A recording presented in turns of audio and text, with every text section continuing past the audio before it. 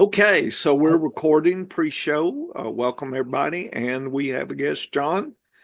And John, tell us how's it been going using our material and listening to us and being our number one.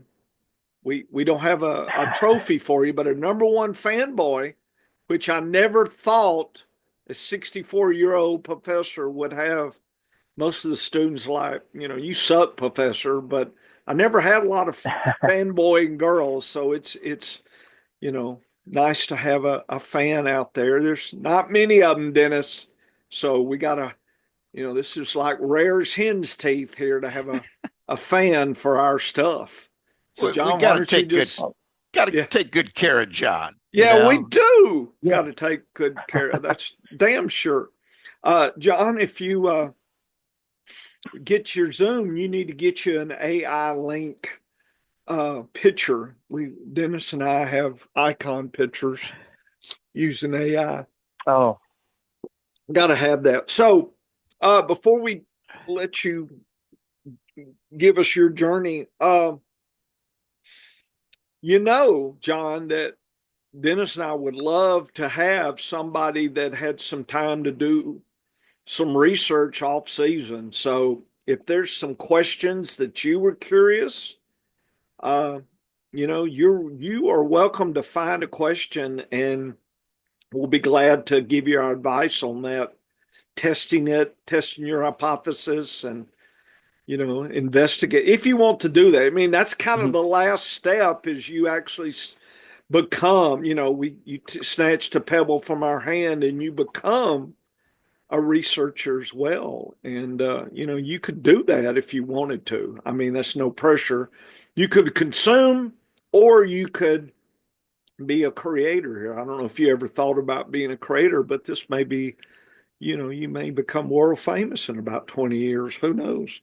You have an opportunity. Well, I know.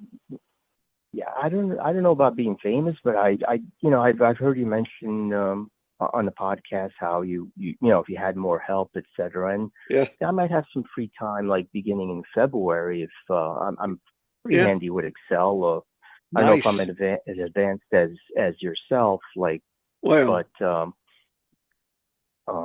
it's interesting seeing what goes into the data you yeah. and Dennis come up with, the secret sauce.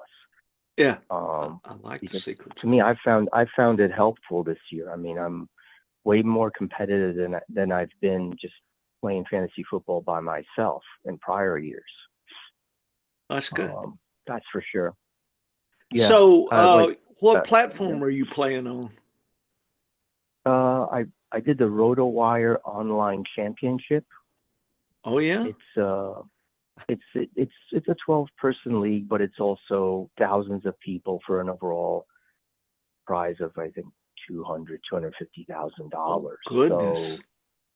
it's like a standard one point one PPR league, one Mm-hmm. QB, one tight end, and no IR, just a what is it, 12-man bench. Mm-hmm.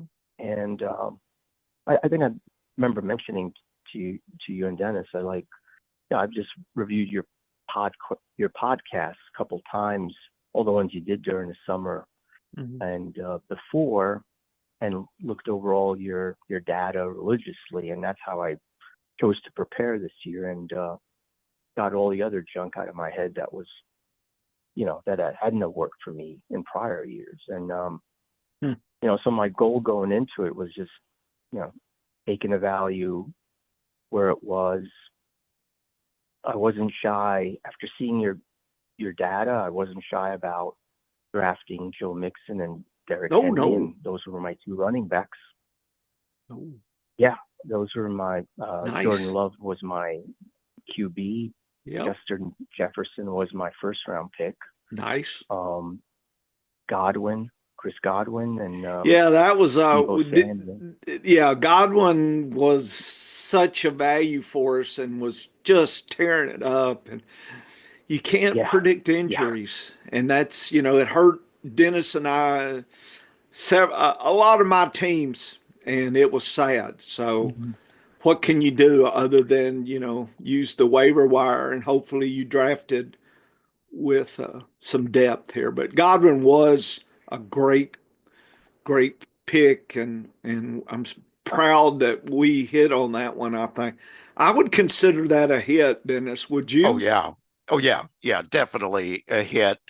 The thing about a guy like Godwin is, even though he's been gone from playing for quite a few weeks now, if you look at my Mhm. best index, he's still on the charts. I mean, it's it's pretty crazy, but he's 16th best Yeah. right now on my Mhm. charts, with the best index, despite missing all these weeks. So he was a super hit, because if you take that index and equate it out to just games played, he's up there in the top four. So that's Mhm. pretty amazing, for a guy who was being drafted where he was being drafted. He was a huge value for us this year. And Mhm. you kind of play the what if game in your mind of, I had quite a few teams where, because of going heavy running back early, my wide receivers ended up being, guys like Godwin, Rashi Rice, Jaden Reed, uh, were three of my top guys. Now, I luckily, not luckily, I guess, but wisely invested in guys like Zay Flowers and Brian Thomas. So I had some backup Mhm. strength there, but you end up at the end of the season thinking the what ifs. What if my guys had stayed healthy? Where would this team be? I had a Mhm. team in FPPC that's still eligible for the playoffs right now, where I got the number one pick. This is my first draft I did on FPPC this year, so it was pretty early in the game and before the injury news on CMC came out. So I had CMC as my first draft pick.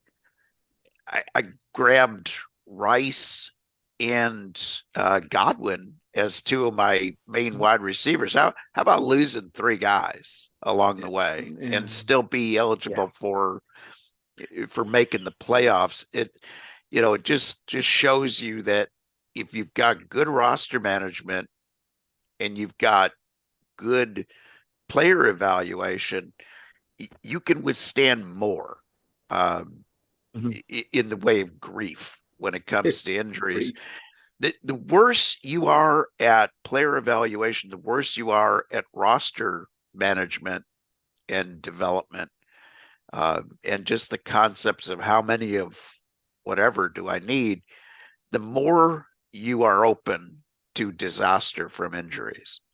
And yes, Mhm. there comes a time when you can have so many injuries pile up that it just does your team in. There's just no way Mhm.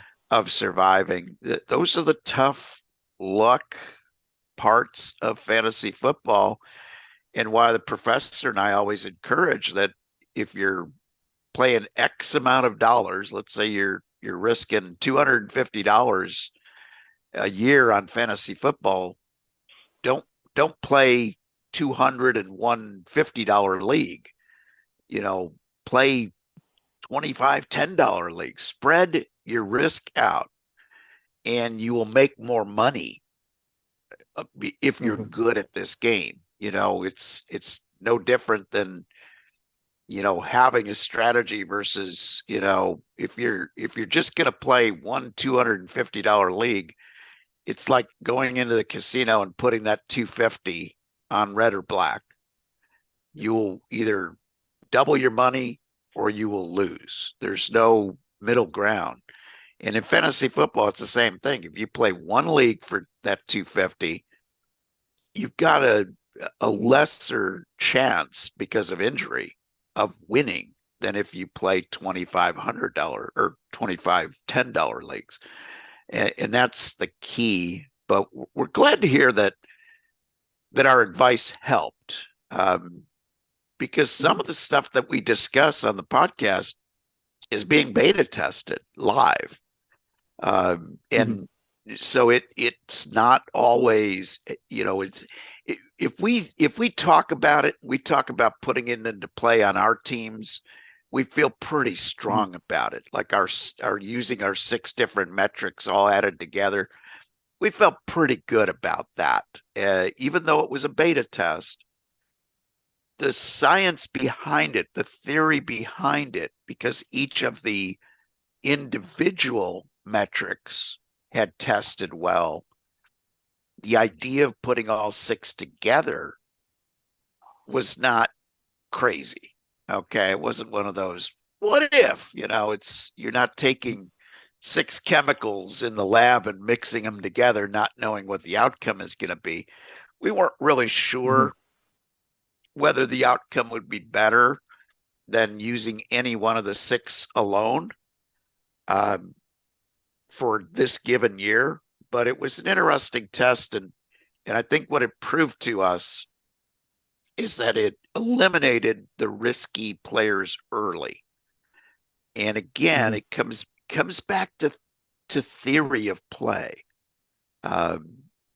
Even if my best predictive tools, even if my best forecasting says that, player Z is going to increase 60% in value from season 1 to season 2, if I have to draft him at a position where if he hits that 60, he's still not the greatest value, then I'm setting myself up for failure. But if I'm taking a guy early in the drafts first, and we're not even sure, this is the great thing about science, is the theory will always be changing. And when I say early in a draft, right now, to me, that means the first 5 to 7 rounds of a draft.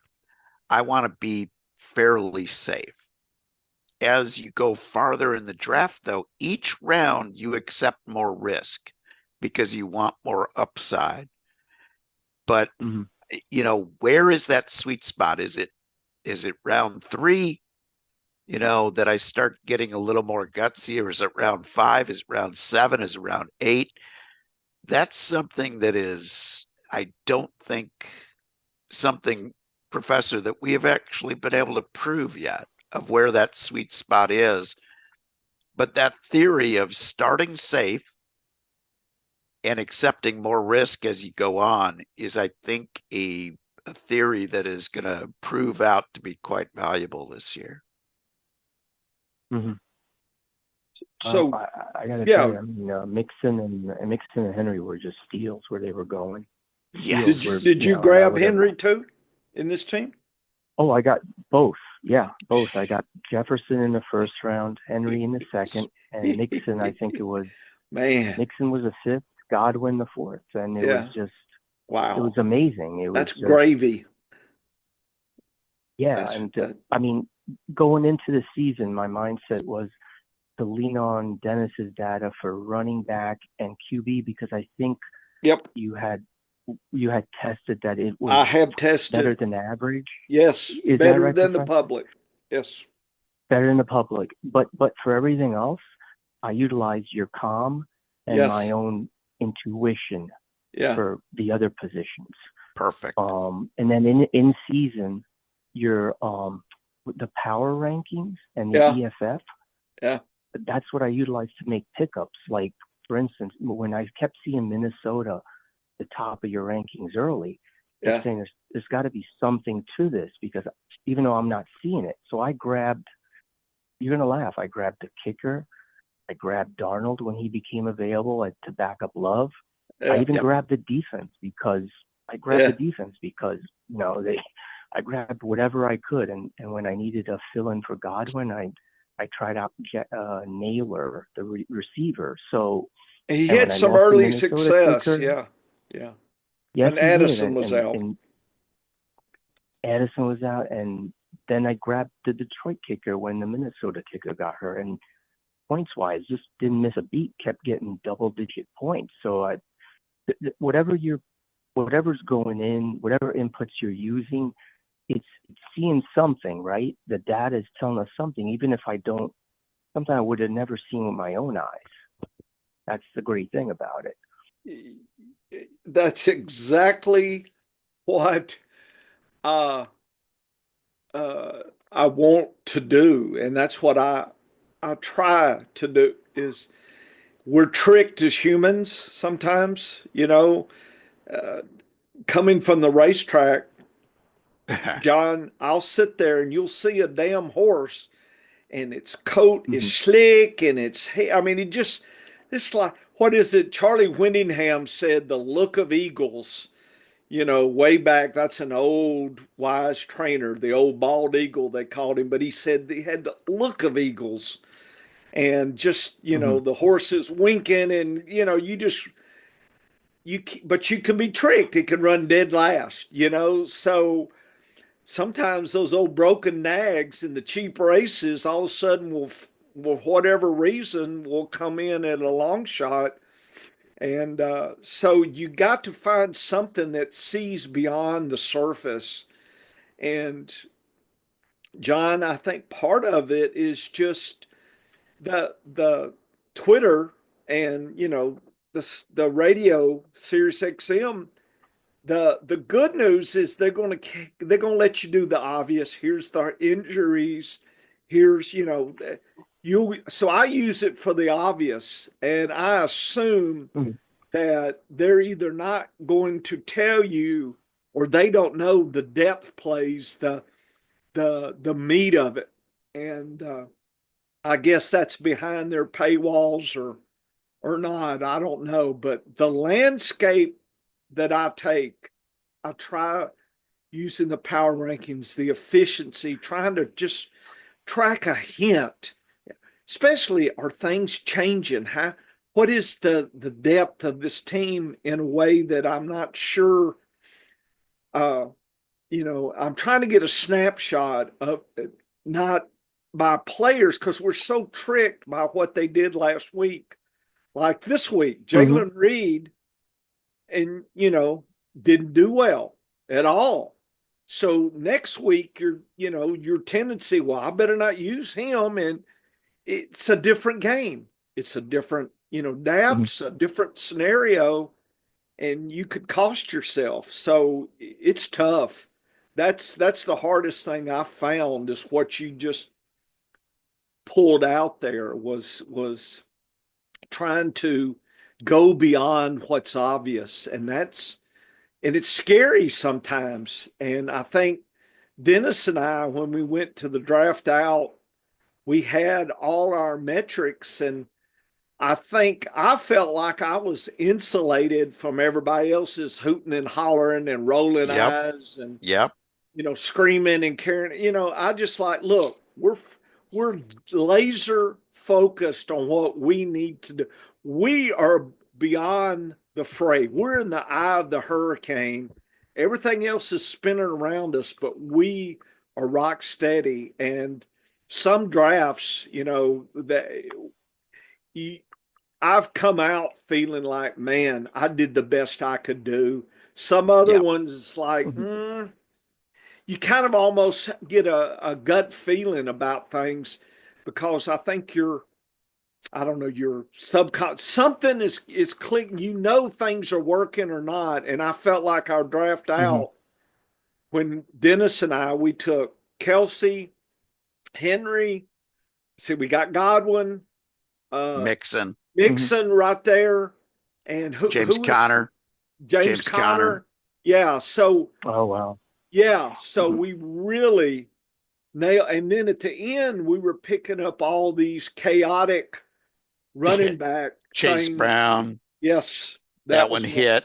We've Yeah, got Vidal, yeah. Just which waiting for him. could hit. Yeah, that was a draft Dennis, where did you feel like we were in the oh zone? I thought we nailed it because I expected Chase Brown to take over for Zach Moss even without the injury. We had Jaden Reed, love that pick. We Mm-hmm. also, we're set up. That team, I thought we also had Got to look back at the draft board and make sure who we who we had exactly. But because my memory, when you play so many leagues, your memory kind of goes across them. I thought we had Godwin in that league early as well. And yes, we did. So we had Godwin in that league to go with Pittman and Jaden Reed. And you mentioned Jaden Reed, and I wanted to talk about him today because this beta study that I'm doing with my 4 different metrics that I'm using, Jaden Reed has been like the most interesting case study within this case study. So early in the season, he was on quite a roll. The first 6 weeks of the season, he was double digits all but 1 week, and he had 2 really strong weeks. So according to my figures, after week 6, he was in like the top 14 in wide receivers using my metrics. So right now, after week 13, so don't count as 0 against him in week 14 yet, he was 11th in total points. But because he has gone downhill, where in his last 6 weeks, he only has 2 double-digit point games and 0 over 20, and he's got 2 games of 5 or less out of that last 6, he has fallen all the way to 26th in my consensus rankings. He's a so great from a 1 to a 3, basically. Correct. Wow. He was just borderline. After week 6, he was up. He was. And this is the first time you've tracked this, right? This is the first time I've ever tracked this. I would love to look at those gyrations. So is that falling off predictive of getting off the bandwagon for the playoffs the next few weeks? Or is that, or is that a bounce back? In other words, he's had kind of that regression and now we're going to go back. I'm curious, and of course, I don't know the DAPS yet, but I'm just wondering. I would love to see 10 Jaden Reeds and just kind of figure out their season versus the playoff. I mean, that's what we're really trying to get a handle on too, is what's going to happen in the playoffs. Yeah, and here's what I'll say about that is 26th best at wide receiver is still a startable player most weeks. That's a flex. Okay? That's a solid flex. That's a solid flex. So I'm not saying he's benchable. No. But what I'm saying is you have to look at the matchup close versus early in the season, Jaden Reed and Godwin and Rashee Rice were automatic starts for me. And I had a lot of teams where I had all 3 of them. Because the way they were going so cheap in the draft, that was my threesome at wide receiver, and I was able to add the great running backs as a result of shopping well. And most of those teams, a lot of those teams, it's Pittman was my 4th, so I missed on Pittman. Pittman's been really erratic, so you're going to have hits, you're going to have misses. I'll take 3 out of 4 hits. That's gonna get you when you're taking 3 guys at lower ADPs, and they're way over what their ADP is. I mean, even now at my ranking at 26th, that's +7 versus his ADP for Jaden Reed. So he was still a bargain, but he's gone. And Professor, you're right. I want to go back.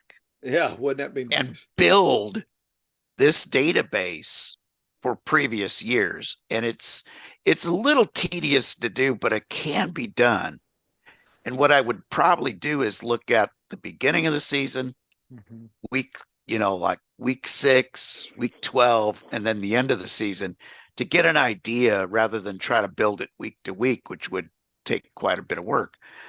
But if I go back and I can do some spot checking of trends, I can see what's going on and see if that test of doing several pieces of data in past years, if that shows a similar trend, then I go back and invest the time to do every single week. And Dennis, as you're saying that, I'm wondering the I think people accept that, and probably you do too, is that the players that can really win you a championship are coming on late. We Yes. drafted chaotic running back. Is that really true? Do we know that?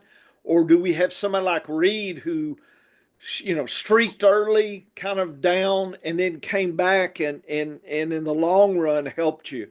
I'm curious what kind of flavors, if let's call each player a type of flavor, right? So, Jaden Reed would be maybe black licorice, and somebody like maybe Gorindo the next 4 weeks could be the red licorice. In other words, he, didn't do anything and then became the star. I'm curious, if we looked, can we kind of have a collection of players like, okay, I want a few black licorice players and a few of these red, kind of back to roster draft construction. In other words, what kind of players are winning your championship? I mean, I know in past years, I remember the year Todd Gurley just Oh, almost a yeah. freak out that one Yes. year. So is it a freak out situation to where it's like Josh Jacobs hundreds of touchdowns in one game? Is that what and I don't know how you predict that versus more of a pattern like a Jaden Reed up, down, back up, or like a Gorendo kind of, a linear coming in and giving you good vibes and good points in the playoffs. I'm curious about that big question, Dennis. That's what So I'm so I curious about. so I did research this, but quite a few years ago.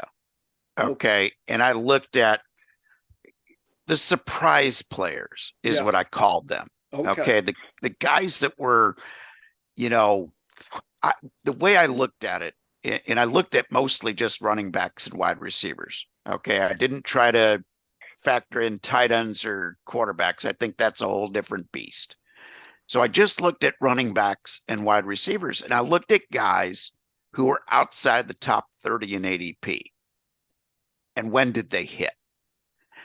And typically, the wide receivers emerged really early.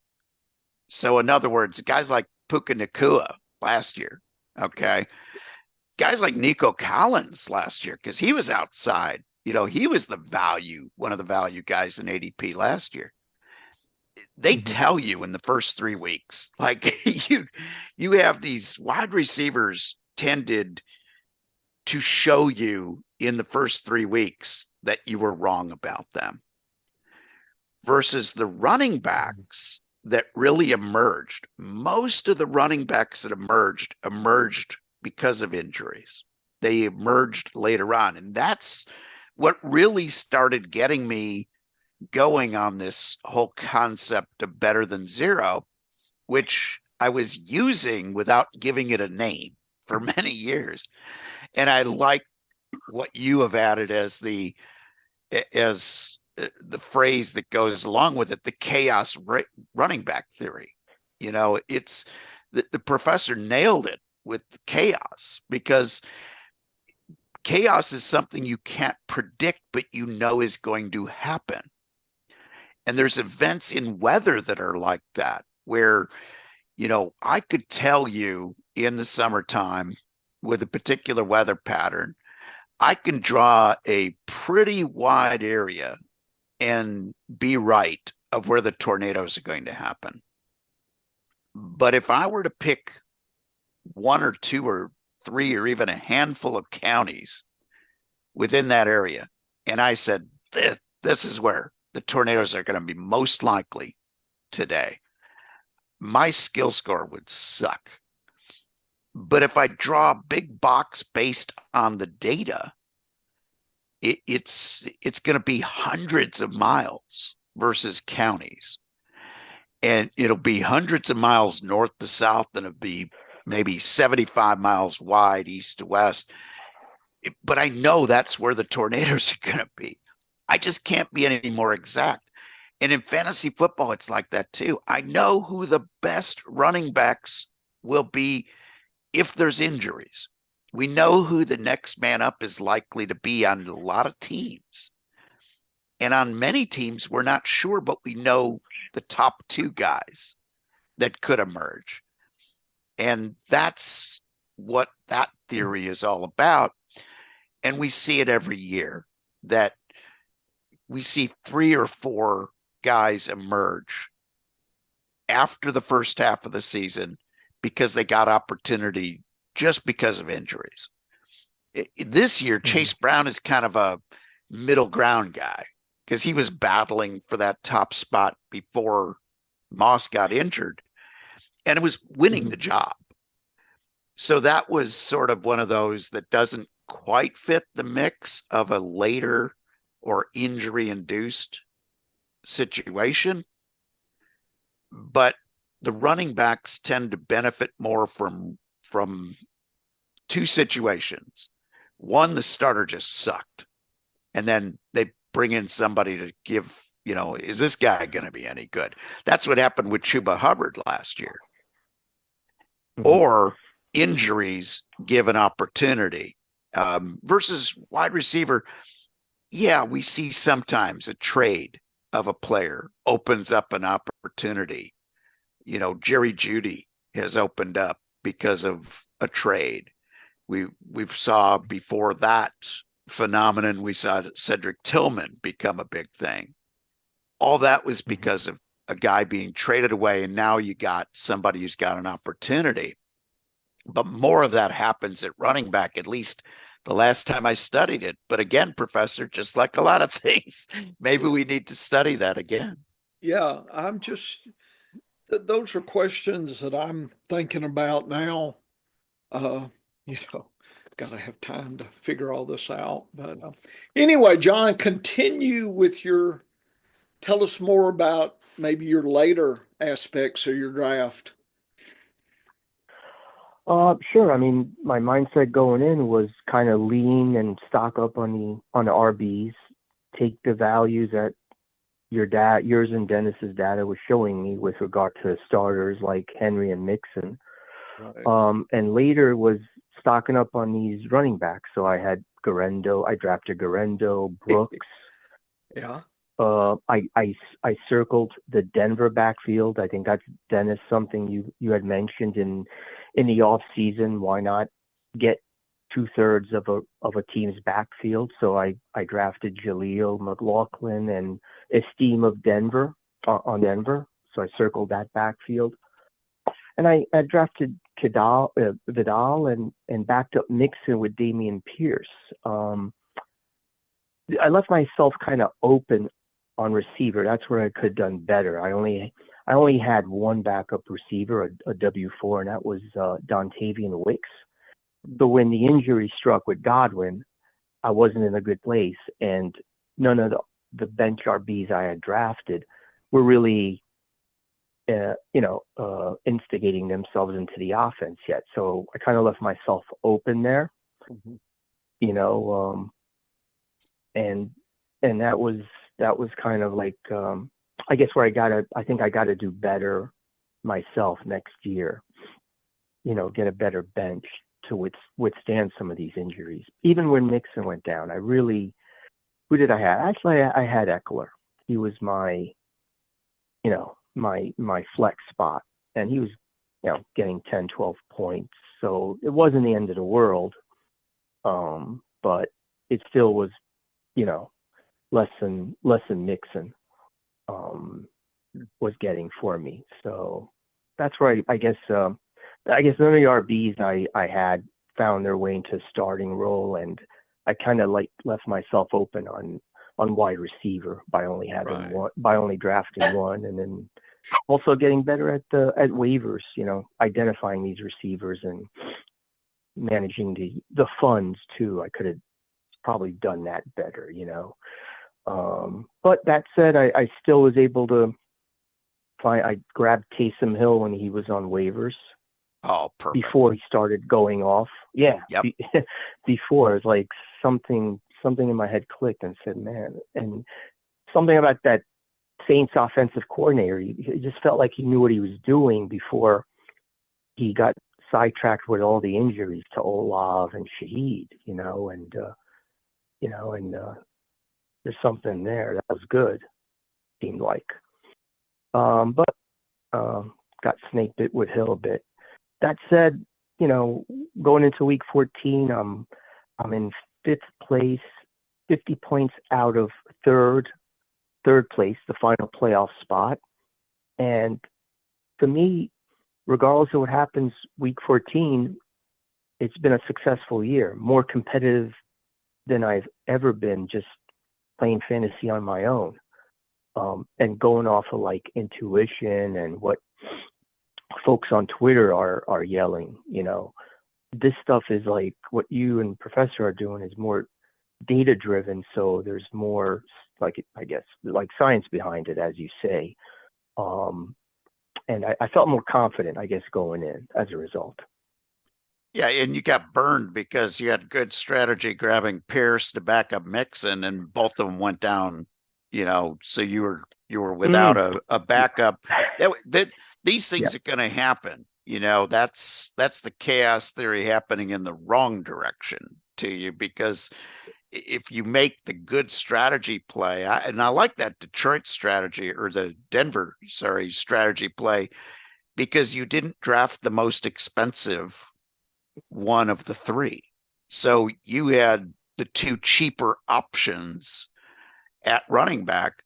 Now, the answer to who is the valuable running back to own for the Denver Broncos this year in fantasy football, the answer has been nobody so far. Javonte Williams hit a couple of weeks, and Jaleel has been okay in a couple of weeks, and we've been teased with the Estime, getting some carries and then not getting enough carries. But the theory, again, you're going to be wrong in decision making in fantasy football, even with great data. So the question mark is, did you have that roster management skill? That's the next step. But you made a big step this year with having, some theories that we suggested that you put into play that worked and helped you be more competitive. Your roster management in season is something that I think, and Professor, correct me if you think I'm wrong on this one, but I think that gets better with experience. Yes. That's the muscle memory of just repetition. And again, why I suggest that, just like spreading that bankroll out over 25 leagues, people, I don't want to play 25 leagues. Yeah, but every league you play in develops your skills on managing a team. So if you're only doing 3 or 4 teams a year, that takes 10 years to get 40 years of learning in, because each team is a year of learning. Okay. So if you only do one team, you got to play for 40 years to get as smart as if you played 40 teams in one John's year. feeling as old as us now with that kind of talk. But there's a sweet spot, I do believe, and the Professor and I certainly push that sweet spot. We don't care. And we understand that having too many leagues, you will have some mistakes along the way because you have too many leagues, but we deal with that. We just ignore that and just kind of understand that having more in play are more data points to learn from. This year I've got about 60 managed leagues that I'm playing. Wow. And that's a lot. Mm-hmm. But I actually feel like I've got room for a few more. And 60 leagues. Wow. yeah, so that's a lot. And you have to have a strategy and a routine on how to Yeah. handle Mm-hmm. that. Now, Routine. Yep. and if you have other things going on in life that interrupt that routine, Yeah. That's where things happen. I had my routine messed up this week by just work and home stuff that was going on, and I completely forgot to hit the waivers to finish my waivers in FPPC this week for Thursday night. Oh yeah, that's like the cardinal sin. And on Bimageddon, it's the worst week to do that because you got bye week issues. So thankfully, I followed my own advice and I preemptively added guys last week. But now I'm at the mercy of Sunday for kickers and defense mainly. So I didn't help myself by having my routine change. And I did that once during the season where I changed my routine on a Thursday night and ended up with two of my rosters locked because in sleeper, if a guy is activated and you got him on your IR slot, because you could put guys that are in some leagues, the settings are so benign that you can put a doubtful guy on IR or an out guy on IR. He doesn't have to be on IR or pup to make that list.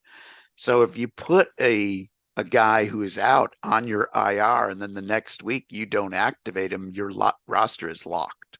You can't add, you can't make roster changes, you can't make lineup changes. And that'll hurt you big time. Well, I changed my routine on a Thursday night, didn't go back through my teams a second time after the inactives came out, and ended up with two rosters locked. Now, didn't hurt me because I had already set lineups. But I had one player, I had Puka, who was inactive that I was planning on putting in starting lineup, didn't, and it cost me a win. And those are the kinds of things where, the having too many leagues can influence it. But I love hearing the way you used your strategy. How did you decide when to give up on a player, that you had drafted and to add somebody else? Because when you're in a league that doesn't have IR spots, you have to make those decisions on whether a guy is worth hanging on to or not. Yes, I tried to. The other thing was I tried to be patient this year since I took so many. My bench was filled with mainly running backs, right? I was hoping for an injury, so I didn't want to drop them right away. But everyone, I mean, I had Andrews who put up a few donuts to start out the year, but I just kept writing them out. I really didn't have too many I gave up on until Godwin got hurt, and then I started cycling through some waiver wire receivers until I hit on MVS and Hill. I grabbed them the same week. But that's kind of it. Other than that, the only ones I gave up on were like the kicker and the defense I drafted, and I picked up Minnesota kicker, Minnesota D is based on the power rankings. So it was easy to give up on who I had drafted. But for the rest, I mean, I was locked in. Henry, Mixon, and Andrews, they didn't have their buys until week 14. So yes, there was just no worry for me there. Yeah. But I guess maybe that was an issue too. But I had time to kind of deal with it from week 1 to week 14. I figured some of these running backs would luck into playing time. So it may be week 14 with Brooks and Garendo. I don't know, but it's either going to be my Waterloo or um, where it'll be good. But it's And tough though. It's tough.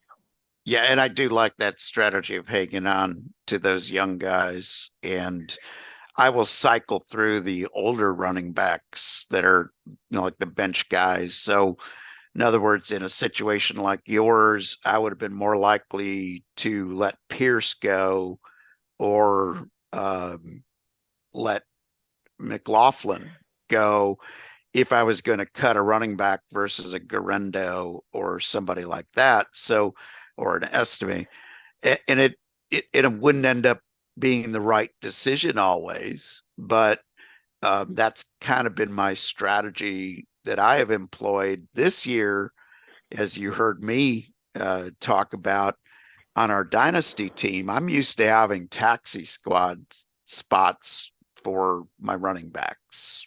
In sleeper on my dynasty leagues, I got 3, 4, 5, sometimes as many as 7 roster spots, taxi squad roster spots, so you can stash first and second year players in there. And almost all of mine are running backs. And I don't bring a running back off unless I'm going to need him for more than 1 week.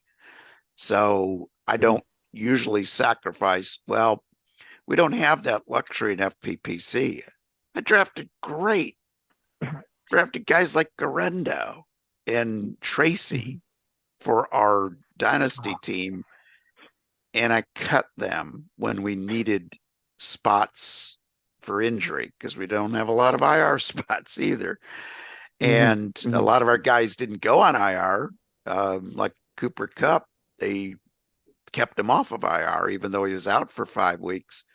That hurt us. And I made some stupid decisions because I thought, cut one of these rookies early, pick him up in a couple weeks when I don't need that, that bench running back again. Well, I didn't realize we're playing with sharks over there in FPPC, man. Nobody let a player go as soon as they grabbed him, or they grabbed him that Sunday. I didn't even have a shot at him the next week. They were sucked up on Sunday. So I learned a valuable lesson this year that you cannot hide rookies like you can in some of the sleeper drafts. I've done that in sleeper in the past when I haven't had to put a guy on taxi. I've like a Jordan Mims from New Orleans. I have added and cut that guy so often all season long because he's the only viable alternative if something happens to Kamara. But I've known I can get away with dropping him and picking him back up, dropping him, picking him back up. So I've done that. I mean, in one league, I think I had 7 weeks in a row where I dropped him and picked him back up after injuries came out. And nobody has taken him away from me. And it's ended up, not being a valuable player. But if Kamara had gone down before Miller's back, then Mims is the only guy up. There really wasn't anything else. So from a strategy standpoint, it made sense. And I knew I could float him. Like you can get away with that in some leagues. FPPC, you cannot float a player. Those guys are freaking sharks. And then in our redraft leagues, if you cut a guy after week 11, he's dead to everybody the rest of the season. So it's a different strategy of game. I've enjoyed it.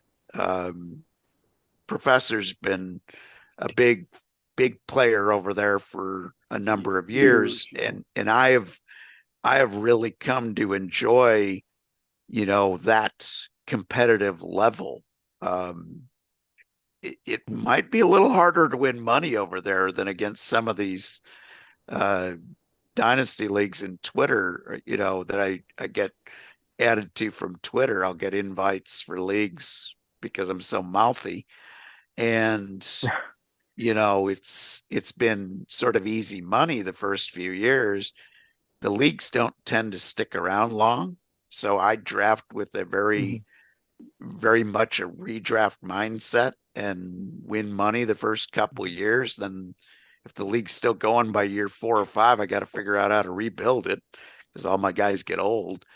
But in the meantime, I made money. So there was nothing wrong with that. And the rebuilds don't usually take too long if you know what you're doing. But I'm enjoying the FPPC because I think it's a little better level of player than I've witnessed elsewhere, and I kind of like that challenge. Obviously, I'm not Mhm. going to play all of my bankroll over there and against the best competition, but um, they even the way they did it this year, Professor, with their levels of leagues, you could kind of, you don't have to go up against all the tough sharks. That's true. So a couple of points, and I know, Dennis, we probably need to get on to the show, but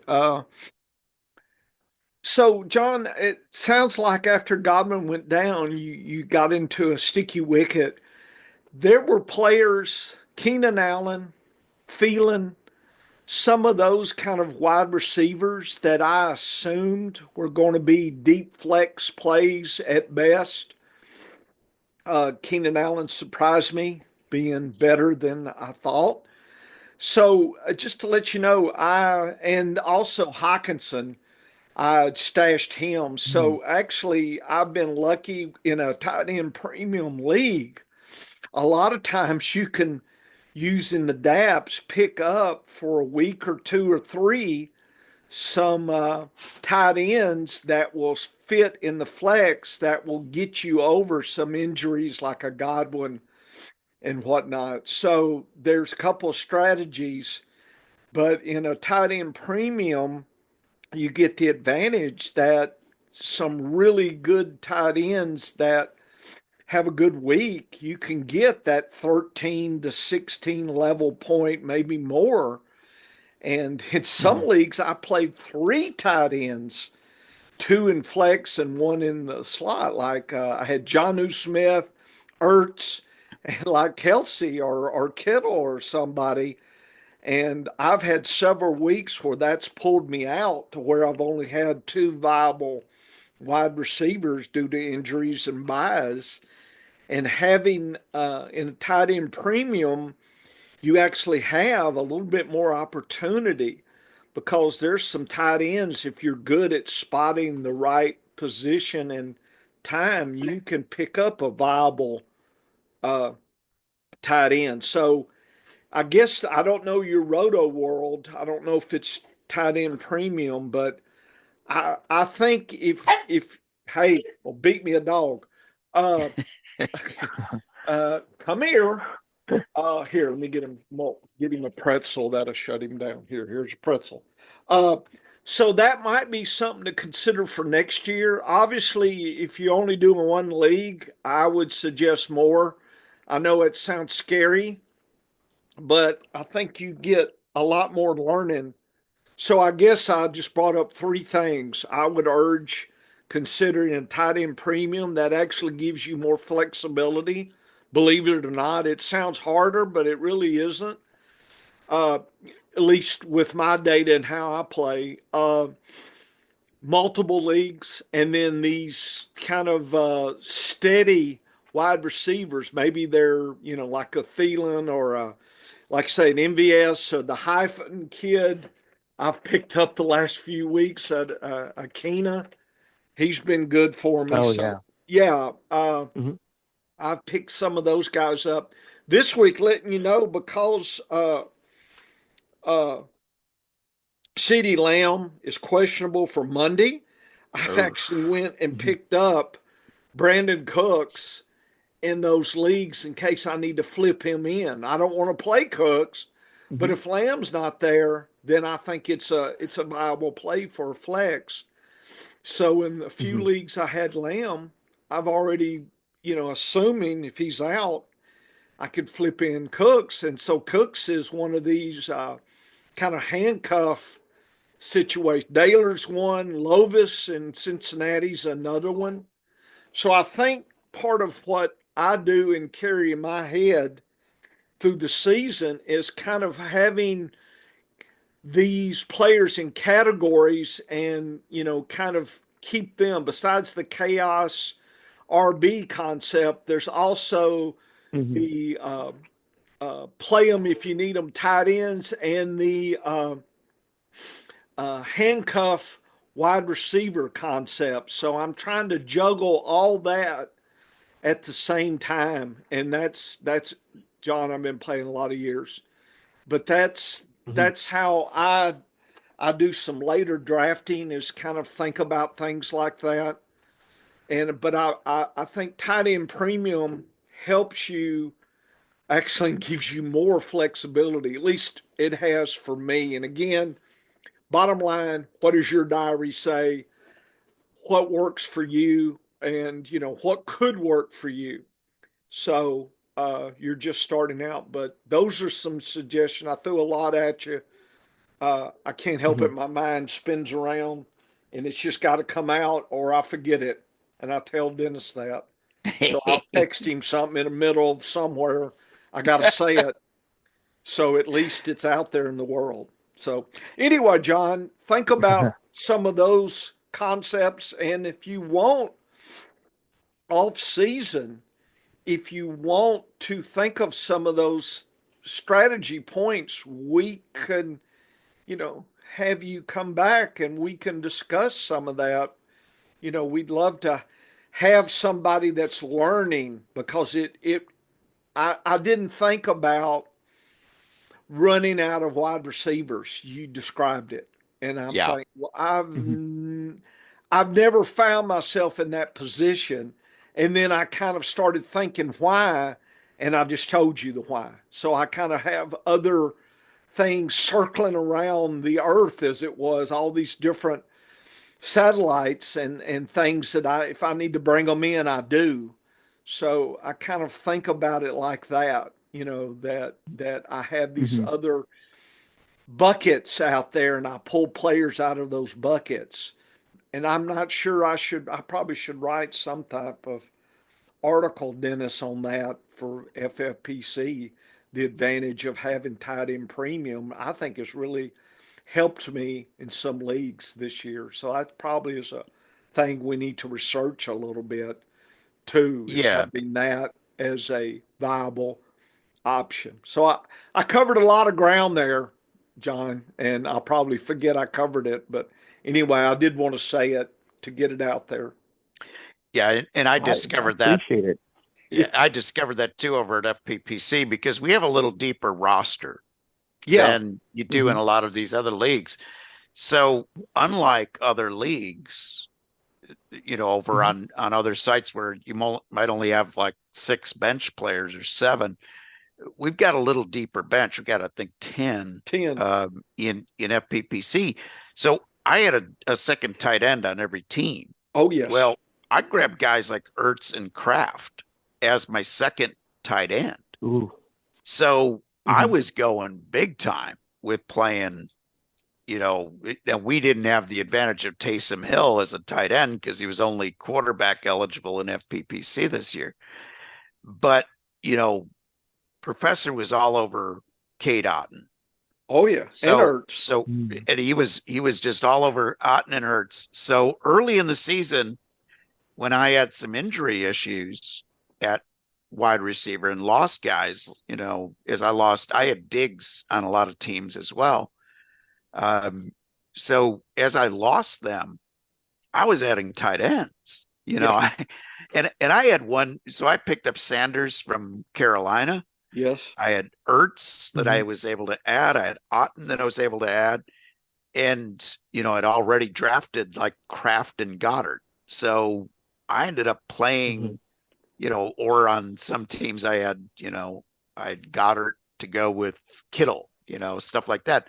So I had weeks where during bye weeks and injuries where I was playing 3 tight ends as well. And that was new to me, having not played in deeper bench redraft like that. And I enjoyed the flexibility, and I don't think the folks in FPPC pick up on that. I as think much. I don't think that's the one area where you can gain an advantage. And that's the key in fantasy football, is reading the room and understanding your Mhm. league mates. Now that happens more if you play in a home league or a dynasty situation where you're with the same people all the time.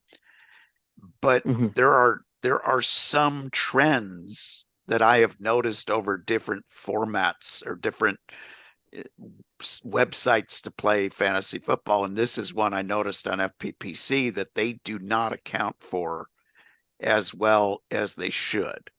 While they get a lot of other things right at a higher level, they didn't seem to pick up on the tight end premium thing. So thanks to the professor, I made um, some good moves there. But I like that input about wide receivers. That's definitely area that I have to revisit for my better than zero strategy of, hey, was this year just unusual for losing so many Mhm. wide receivers? That's one of the things that I'll be researching. I'm going to look back at the top 30 in ADP and how many games we lost by position. And I want to see, was there worse injuries this year? If there were just worse injuries, if it was such an outlier, then I'm not going to really factor it into my strategy for the years ahead.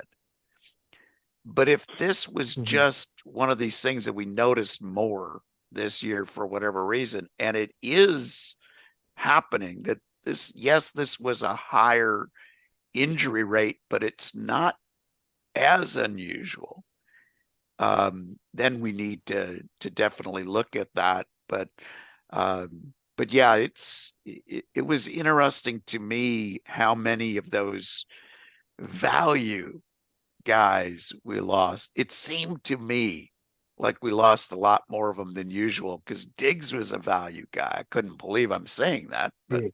they Right. they let Right. him go later than he should. They let Godwin go later than they should. Reed and Rice were all going way below where they should have been drafted according to our data. And Mhm. those guys all have ended up with injuries, either ending their season or devaluing them by later in the year. And that's going to be an Mhm. interesting Mhm. study in its own right. Oh yeah, Okay. Olaf too, and Oh yeah. Christian Kirk even. Yes. It feels that way, but like you said, you got to really do look at the data instead of feelings. Yeah. You know, Yeah. I, Yeah. you I have know, Ky- oh, go ahead, Dennis. no, I have one dynasty league that is we start 8 and we have 12 bench players. That's it. Mhm. There are no IR spots. I right now have 8 of my players on IR or out this week. And Mhm. you kind of look at it and you say, God, I cannot justify getting rid of a Diggs or a Godwin or a CMC. I Mhm. mean, you just have to take your lumps and understand that, okay, I'm not winning the championship this year. But Mhm. in redraft, when you can bail on a guy, it's still tougher because when a guy goes on IR and you're thinking, oh, he could be back as soon as 4 weeks. Yeah, look at how different your team would have been in redraft this year if you had bailed on CMC when he first went on IR. You'd have looked Mhm. like an idiot at the time cutting him, but you would have been able to Mhm. pick Yeah. up a really good player who would have helped you all year. That's something that, you know, games missed is a value in these redraft leagues, and I just don't know how to factor that in yet. And Pacheco's another case. Um, are these guys even worth it when they come back? If they're coming back off of IR after week 8, does that hamper Mhm. your team so much? So those are the kinds of research projects that need to be done, and the kind of roster development strategy articles, I think, that we're going to work on in the off season. Comments, I John? look forward to it. I look forward to the off season and diving into some more data. And I'm gonna be doing some research here on my season, maybe where I could have zigged and zagged. But overall, really happy with the result going into week 14 here. They only have 3 teams in a playoff. Is that in your format? It's in the leagues are 12-man leagues. Overall, there's an overall standings as well, because I think the pot is like 250,000 overall, and there's 4,100 entries. Wow. So, and out of those 4,100 entries, where am I here? I am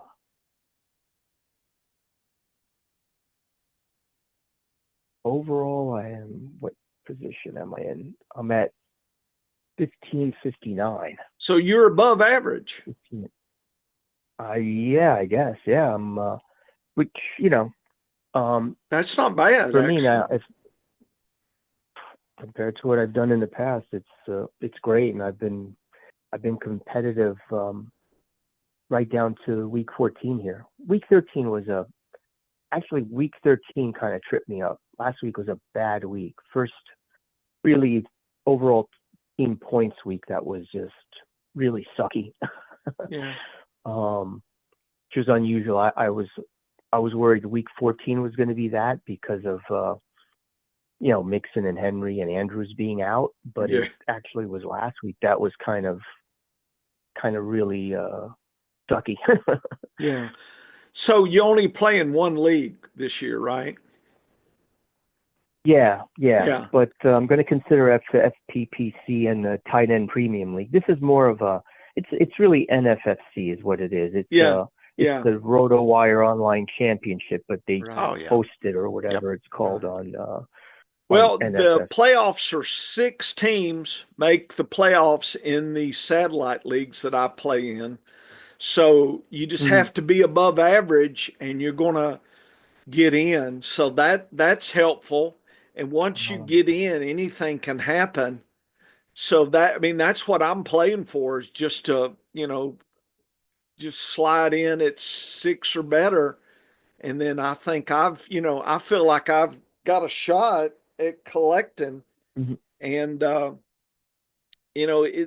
so I guess I think if you play in a lot of leagues, the good news is you're watching. If somebody scores a touchdown, that probably helped you. And, I'm playing in 41 leagues. Most likely everything helps me in one league or the other. So you don't get depressed that way versus playing one league. So there's some psychological advantages actually to playing in multiple leagues. So maybe you should try, say, 4 or 5 and see how that works or something like that. If that makes sense. That's reasonable. Baby steps for me. And I would advise playing 3 head-to-head, cash out leagues among those top 12 players for every one tournament you get into. The tournaments are really chaotic. This year in the tournament setups that I played in best ball, I did 5 ordinary best ball leagues for every tournament entry I made, because I wanted to make sure I would make my money back. I wanted to win money. Is kind of my goal. I'd rather win money and have a small chance at the big pie rather than have all of my chips in on the big pie and end up not winning as much money. So it's kind of a strategy to make sure you have a positive ROI. And that's kind of the way I like to play. But yeah, it's interesting. It'll be interesting to see how your fantasy football experience evolves now I that you're, think I'm going to enjoy your journey, John. yeah, In other words, yeah. that's going to be interesting for me And, is to see that. and it helps actually us Yes. as people who are developing these tools, because when we put them into action, because we developed them, we know how to use them. But are we Mm-hmm. doing a good enough job in communicating how to use the data in the podcast and in our articles is something that we don't have a clue about unless we get input from folks like yourself. Yeah. So we So, appreciate that. yeah, Absolutely. we really appreciate that. It makes us better at what we're doing because it also lets us know where do we need to look at new ideas. And this whole concept of, you know, it sounds like you have the same dilemma that we do. How many wide receivers is the right sweet spot number to hold? Yeah. Uh, my theory is always less wide receivers than running backs. And it's always paid off for me because of the way the injuries go. But Mm-hmm. do I need to consider one more wide receiver than usual? That's something that I'm certainly going to be doing some research on in the off season to see. But what I like is that you are doing a good job of following this team that you're playing. That you have out there, and you will learn a lot from the moves you made if you are good at keeping track of the moves you made. That gets back to our fantasy diary thing. You only gain knowledge if you have good documentation of the moves you made. Is I guess the easy way to put it. Okay. Mm-hmm. Dennis, why don't we start the show? John, we'd love to have you continue if you want, but if you need to leave, because we've taken a lot of your time.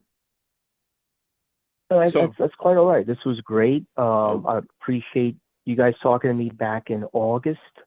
Appreciate all your work here, and I look forward to the rest of the season. I wish you well on all your leagues, of course, and hope you win significant, copious amounts of money. yeah,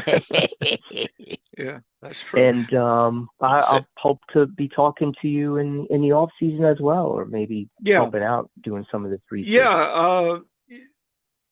So, John, are you leaving us? Is that what I'm hearing? Yeah. I think Okay. I got to You do got some you got life. some obligation for the family. Yeah, Not John. much of one, but I have no life, so fantasy football is my life. No, my wife and daughter have gone to the art studio. They'll be playing all afternoon, so I'm going which to is do some horse racing. Going to yeah. go through my 41 leagues again, and so I have plenty of time all morning. Dennis usually has Saturday morning free. But anyway, John, thanks Yeah. for coming. We're going to start the regular show, but this is going to be part of the recording I'm going to put up on YouTube. But for homework, then your professor gives you homework.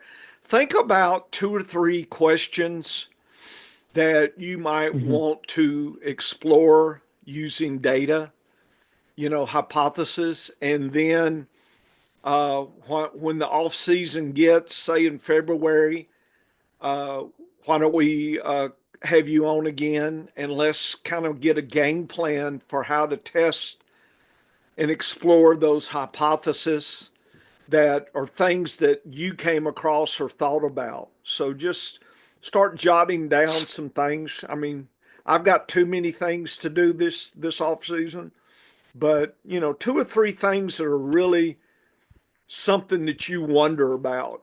I'm trying to make it so that you have what they call skin in the game. In other words, you want to know this. People on Twitter, I'm burnt out by this game. It's like I'm never burnt out trying to solve puzzles. That's just who I am and what I want to do, and Hmm. being a data person. So think of something that's going to be like, yeah, I really want to explore this question. So think about that. You don't have to say it now, but just start jotting down some ideas, and we'll meet again maybe February or so, and let's get a game plan for you. Let's get a study homework plan and put you on a project, and let's go from there. How about that? Sounds good, Professor. I look forward to it. Great. And again, have a great holiday. Take You and care, Dennis John. have a great Christmas, and you too. Take care. Thanks for having me on. Bye. Thank you, John. Thanks, John. Okay, Dennis. That was neat. John, we love you. Great. Good stuff. And Dennis, before we start the show, just the idea that he kind of hit a roadblock. I felt like if he could have covered his wide receivers, at least that's the impression he gave me, that he could be even more competitive. And I feel like you know I feel like that would might have been a key for him making those playoffs. Did you get that sense? Yeah, exactly. And I can relate because I had some teams that are going to end up being like that, Yeah. where the strategy, if you look at, again, I have only 5 FPPC leagues. I always decide I'm going to put the little toe in the water to test the temperature before I jump right in the deep end. But what I enjoyed this year with redraft in FPPC, I'm going to be playing more. I'll probably up it to about 15 or 20 leagues next year because I thoroughly enjoyed the different levels of strategy. I had 2 of my 5 teams that fell victim to more wide receiver injuries than I would have ever predicted. Yeah. And that will force me to take a look and see, okay, maybe you got to add one more, next year, because the running backs, like the chaos theory running backs, there's always guys to choose from. You run out of wide receivers that are viable in a draft before you run out of the next man up running backs. So I think a slight change to the strategy to improve my odds of withstanding wide receiver injuries will not harm my running back strategy.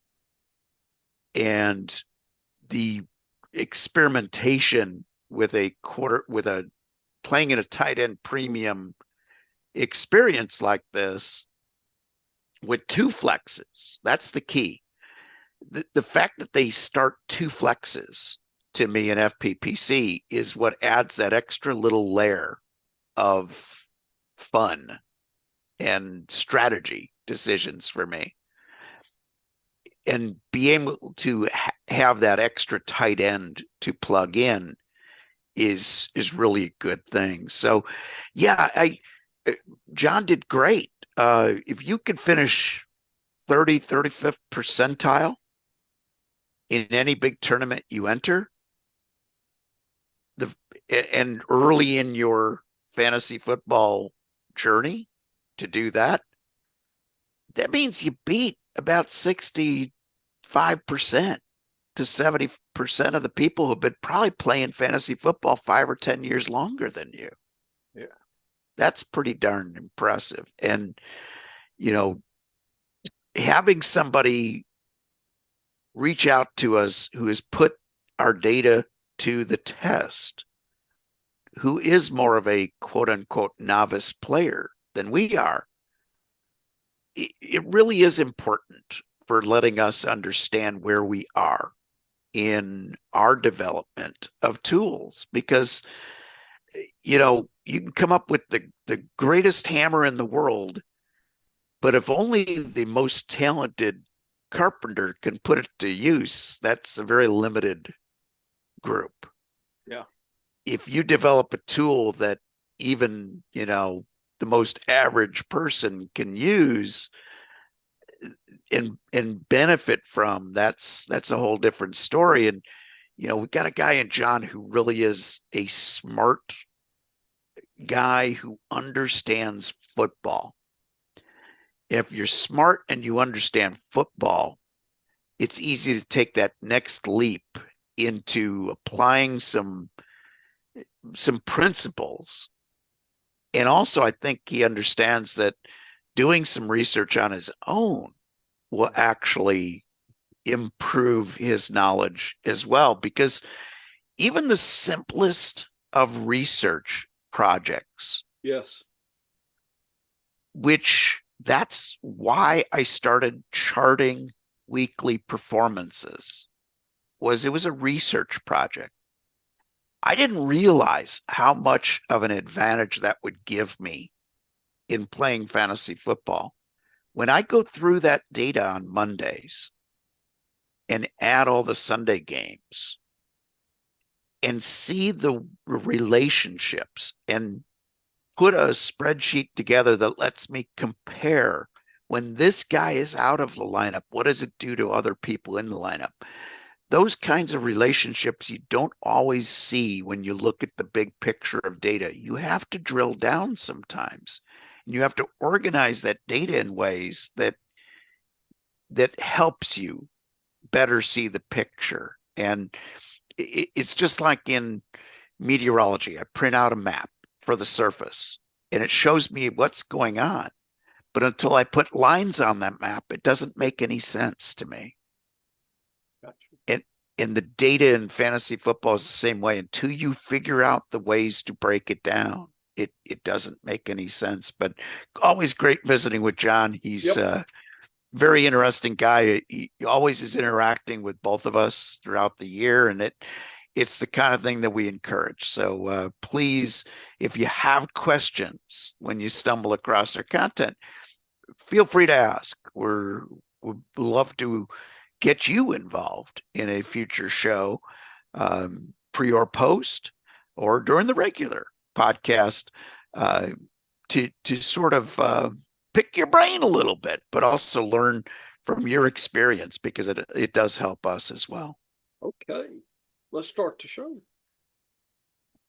All right, Professor, here we go.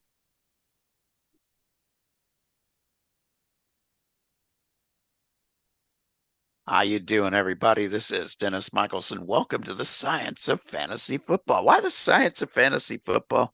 Well, you get a meteorologist and a biologist together.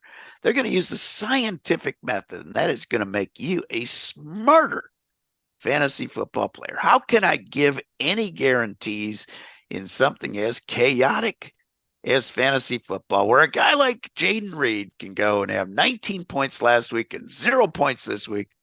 How can I give any guarantees? Because all that using the scientific method means is that you're going to use statistics in a smarter way. And in a statistics-based game like fantasy football, that is going to make you a better player. And joining me, as he always does here on the Science of Fantasy Football, twice a season during the regular season, it is the Professor John Bush. And John, last week before playoffs, mostly you've got an idea if you're making the playoffs or not going into week 14, but boy, oh boy, it is going to be chaos incorporated with 6 more teams on bye. Yes, I enjoyed the Thursday game in some ways. If you had Josh Jacobs, you did. Woo, if you had Jaden Reed going, you probably didn't. So as usual, fantasy football giveth and taketh away. So that's, just understanding that there's possibilities and probabilities, and just having to deal with that, the lessons learned and the journey. And we're coming into the playoffs, having to do a lot of counter moves here. There's some injuries I'm worried about. Lamb being Monday night is one of them. I hate Ooh, those Monday night yeah. mystery injuries. So that's worried me. The rest of them, usually you'll probably have, on the Sunday games, you have enough time, you can flip somebody in. It might not be optimal, but, Ray May McLeod, for instance, may give me, 8 points. And that may be enough to, at least keep me in the game. And that's sometimes, especially this week, that may be all you need to, limp into the playoffs. So uh, you don't want another zero. You don't want nobody in the slot. You want somebody that has some, can get you, at least close to median points. That's a victory, and that's what I'm trying to do this week. I've got. I can't wait for this question, Dennis. What's your opinion of Sincere McCormick? I am finding, yeah, he's the hot topic, and for a dollar or two, I find myself thinking, I've got some players that I could trade in for him. I'm not risking the bankroll, but for a dollar, is he, worth a play? Brandon Cooks is another one for a dollar. I'm looking at him. Uh, uh, Calvin in Pittsburgh for a dollar. Yep. So I'm getting my dollar holler plays, and Gainwell is a running back that might give me a point or two. I'm just looking for 4, 5, 6 points here. Some of the slots is lean, Dennis. So I need about 6 points to at least keep me going. What's your opinion of some of these guys out there right now? Yeah, this is a tough week with so many teams on bye, and you're right, the Monday night uncertainty, because I hate that with Lamb. if Lamb was declared out on Sunday, for instance, Oh, that, yeah. in our dynasty league, we could shift to Waddle. Okay. We could also decide that we could play Waddle and have the protection of Higgins if Lamb doesn't start. But I'd certainly much rather have Higgins and Waddle, or Higgins and Lamb in the lineup, Yes. because they could both go off with big numbers. So, yeah, so I put in a bid to grab Brandon Cooks, and I made it a little bigger than $1, Yep. because I want to make sure we have him on our roster, and we're running out of time in the league anyway. Another guy that I would consider it at running back.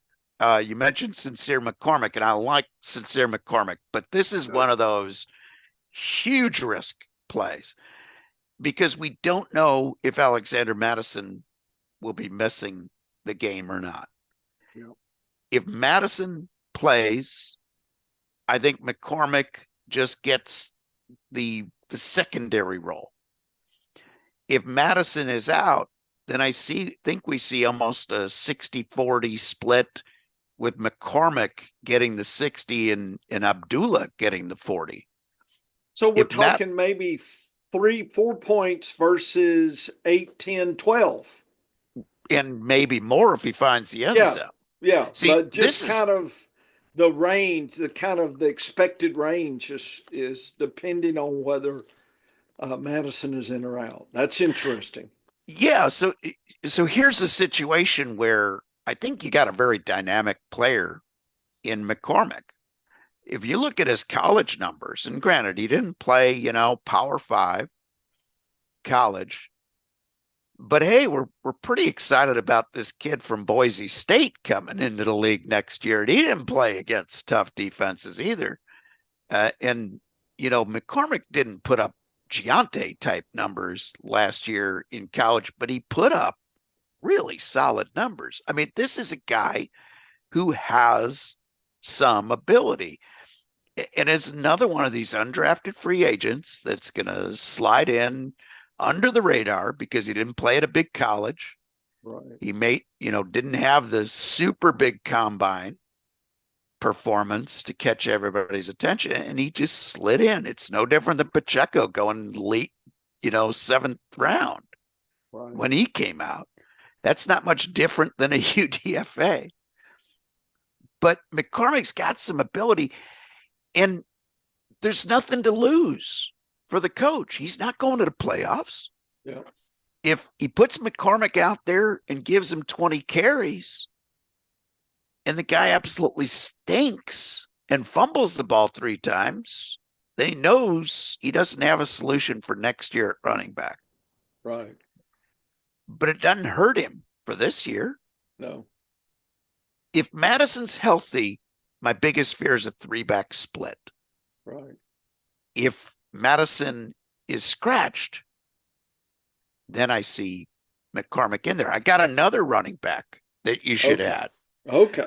Isaiah Davis from the New York Jets. So Dennis? Breece Hall. Yep. Dennis. Yes. He's already cherry picking him for $1. Already got him.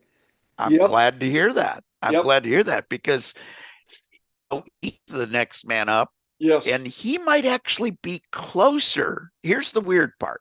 Okay. Braylon Allen is a whole different kind of ball player. He's more of a Derrick Henry type running back than a Breece Hall type running back. Right. So Isaiah Davis is not as good as Braylon Allen, but he is more of a Breece Hall type than a Derrick Henry type. So, Braylon Allen's just a bruiser. And if they're going to run the ball, he's going to be the guy. But they like to throw to Hall out of the backfield.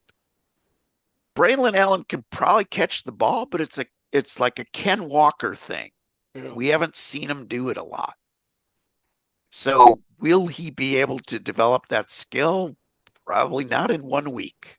So maybe Isaiah Davis gets more playing time than we think. So I'm glad to see that you picked him up because I think that's well, he's in my dollar list. Yeah.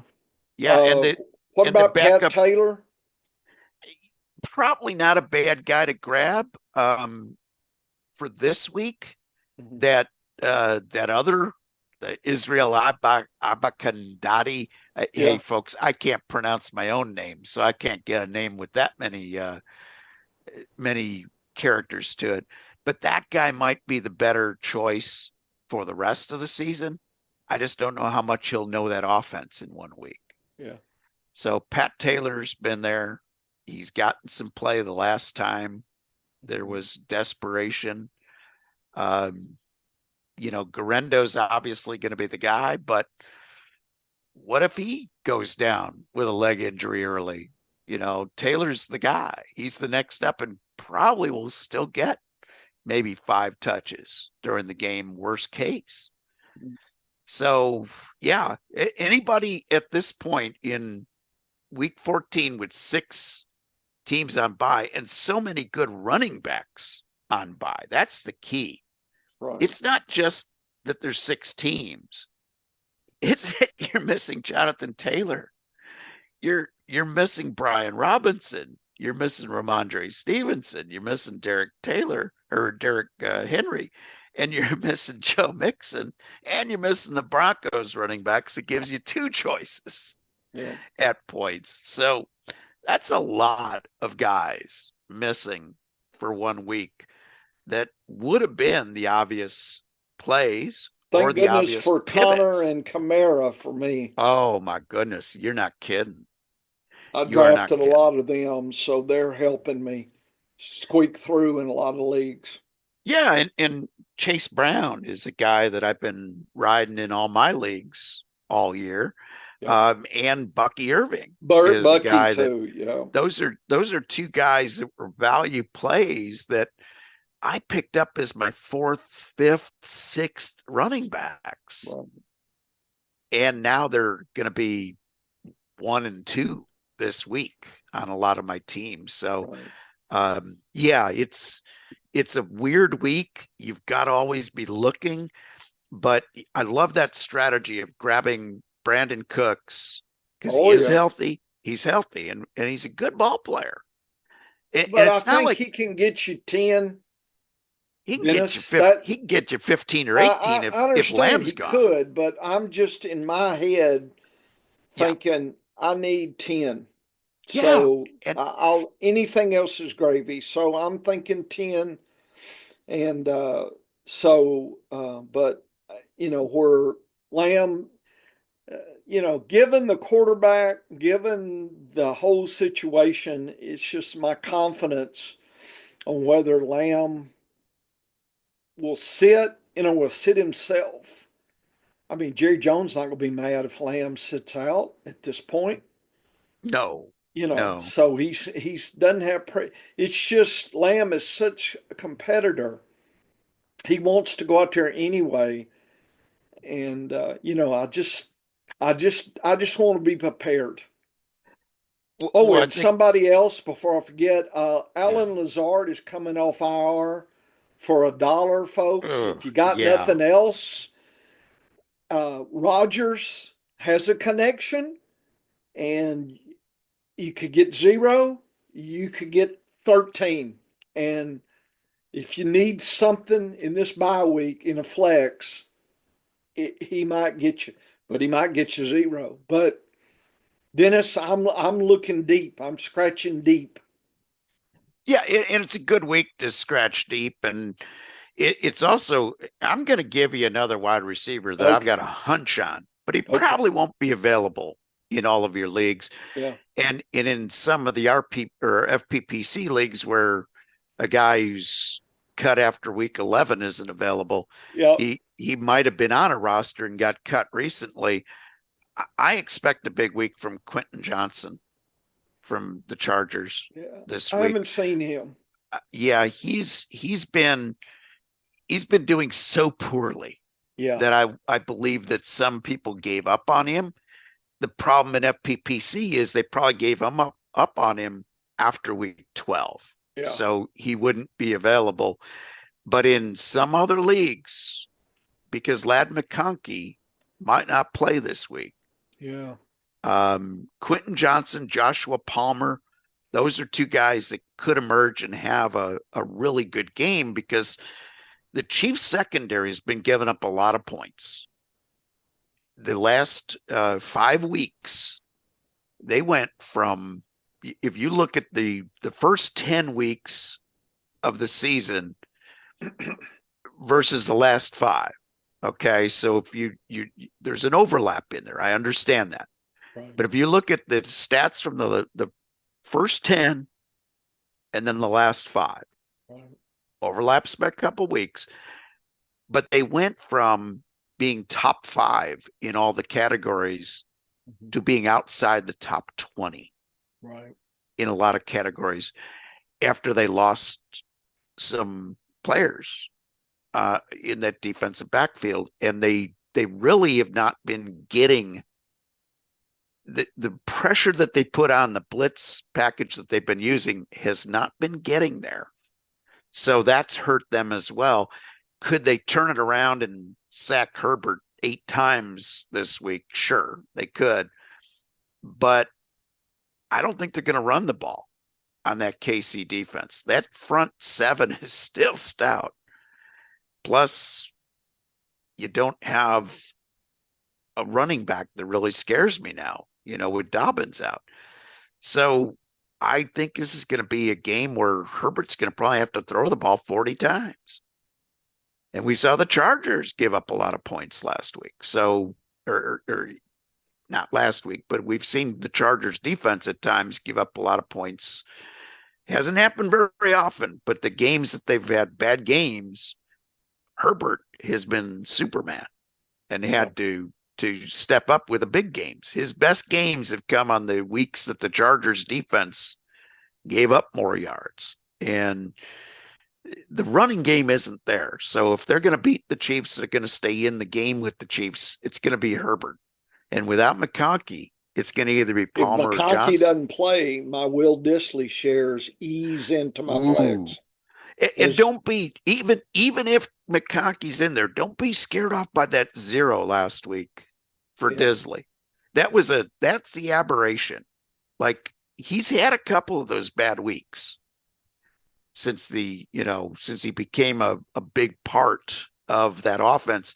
He's had a couple of bad weeks. He's going to, but he's also had a couple of really outstanding weeks. So I'm playing him with confidence this week against the Chiefs, who give up a lot of points to tight ends. Yep. And they typically give up more points to a Brock Bowers type tight end that doesn't line up on the line than they do to a traditional tight end like Disley, who lines up on the line. But he still will get some openings in those short zones and be able to find some spots to collect, especially if McConkey's not there, because that's what McConkey does best, are those short passes. Gotcha. If he's not in there, Disley becomes a good player for me. And like I said, either Palmer or Johnson is going to emerge. So if either one of those guys is around on waivers, he's worth picking up, even though they've kind of had some bad weeks. This is the week that they probably will both be over 10 points if McConkey's out. If McConkey's in, he's the man. Yep. That's a player that I was wrong about at the beginning of the season, but I was wrong because I didn't expect the Chargers to have to throw the ball this often as they have. And that's how I got beat. And I'm okay with getting beat on that because he still has not been, that much farther than his ADP. He was an overdrafted player as a rookie. There was too much risk there. But I was wrong about it. He's a really outstanding player, and he will be a good player for years to come when he can stay healthy. That's the other problem he had at Georgia. And the other reason that I was out on him as a player, as a rookie, until I see, can he withstand the punishment in the NFL? And the answer has been no, he can't. He hasn't missed a lot of time, but he's come out a couple of games early, and that's cost him some points. The games he's played all 4 quarters, he's been dynamite. Yep. But he has left a couple of games early, and he, had one game where he left very early. But this is a guy who's had 5 games under 10 points this year out of 12 games. So he's been great, but he's also had bad weeks. So I was wrong about McConkey, but I wasn't totally wrong about McConkey because I was getting other good players in his place. Yep. Great. So, but this week, boy, that's going to be something. If he can't answer the bell, first of all, I feel better about my Chiefs winning. Yeah.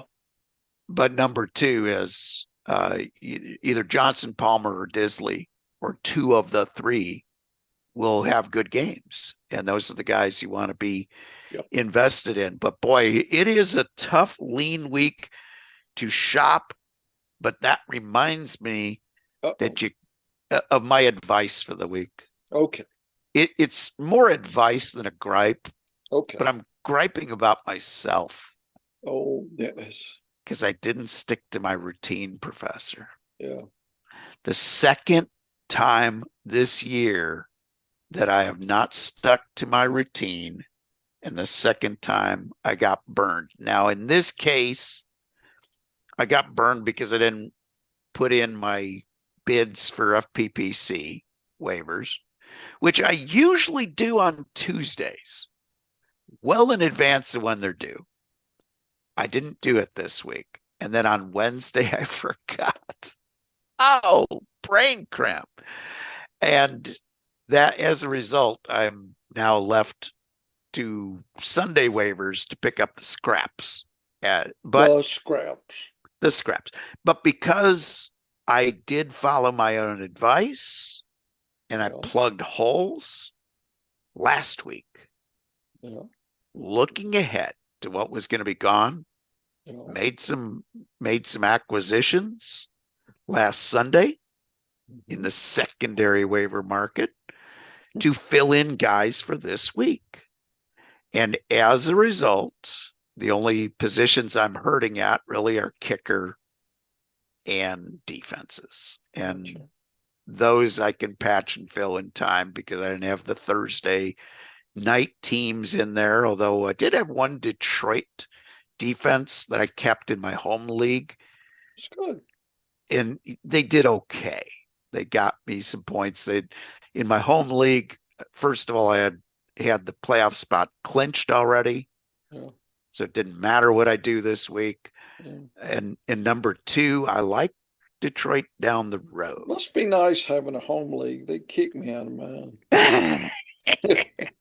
Well, I used to have more than one home league. Yeah. Okay. Years ago, when I was covering NASCAR racing, I was invited to the NASCAR Writers League for 3 years Yeah. until they figured out I was writing an article on fantasy football. And they got mad.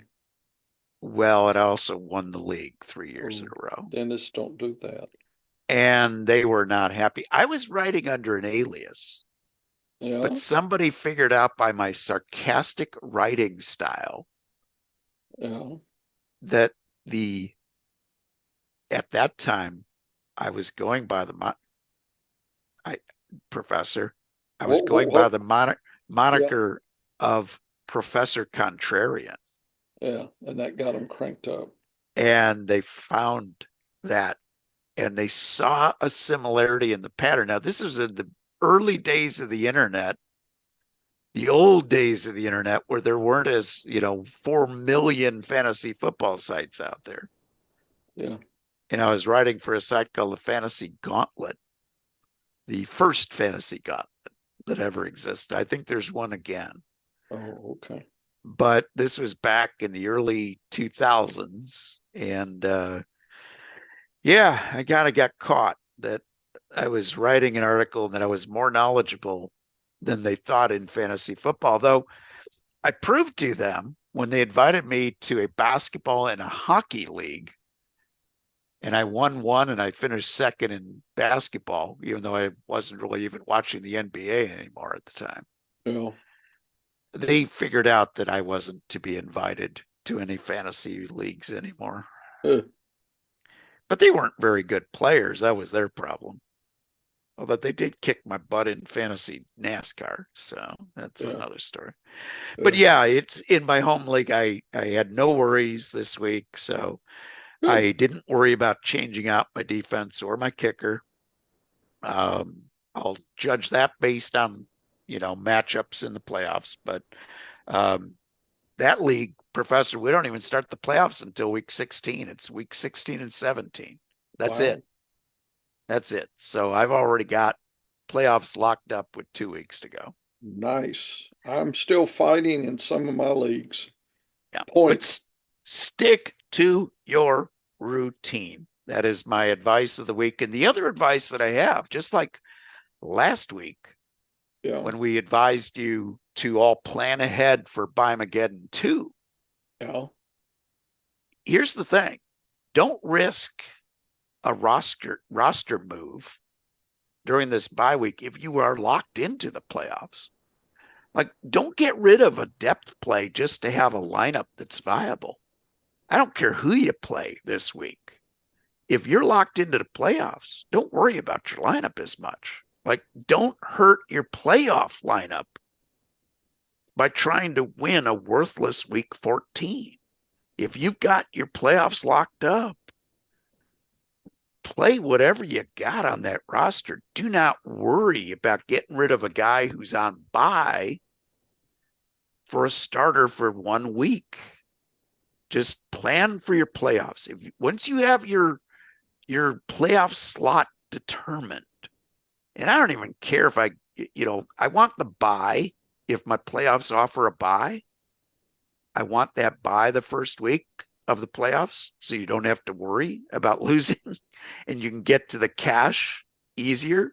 Get to the cash. I like But that. if I'm in a league that has 8 that make the playoffs and everybody plays in the playoffs starting week 15, I don't even care if I'm 1 seed or 3 seed or 5 seed or 8 seed in that league, Gotcha. because the seeds don't always mean that you're going up against the best team that week.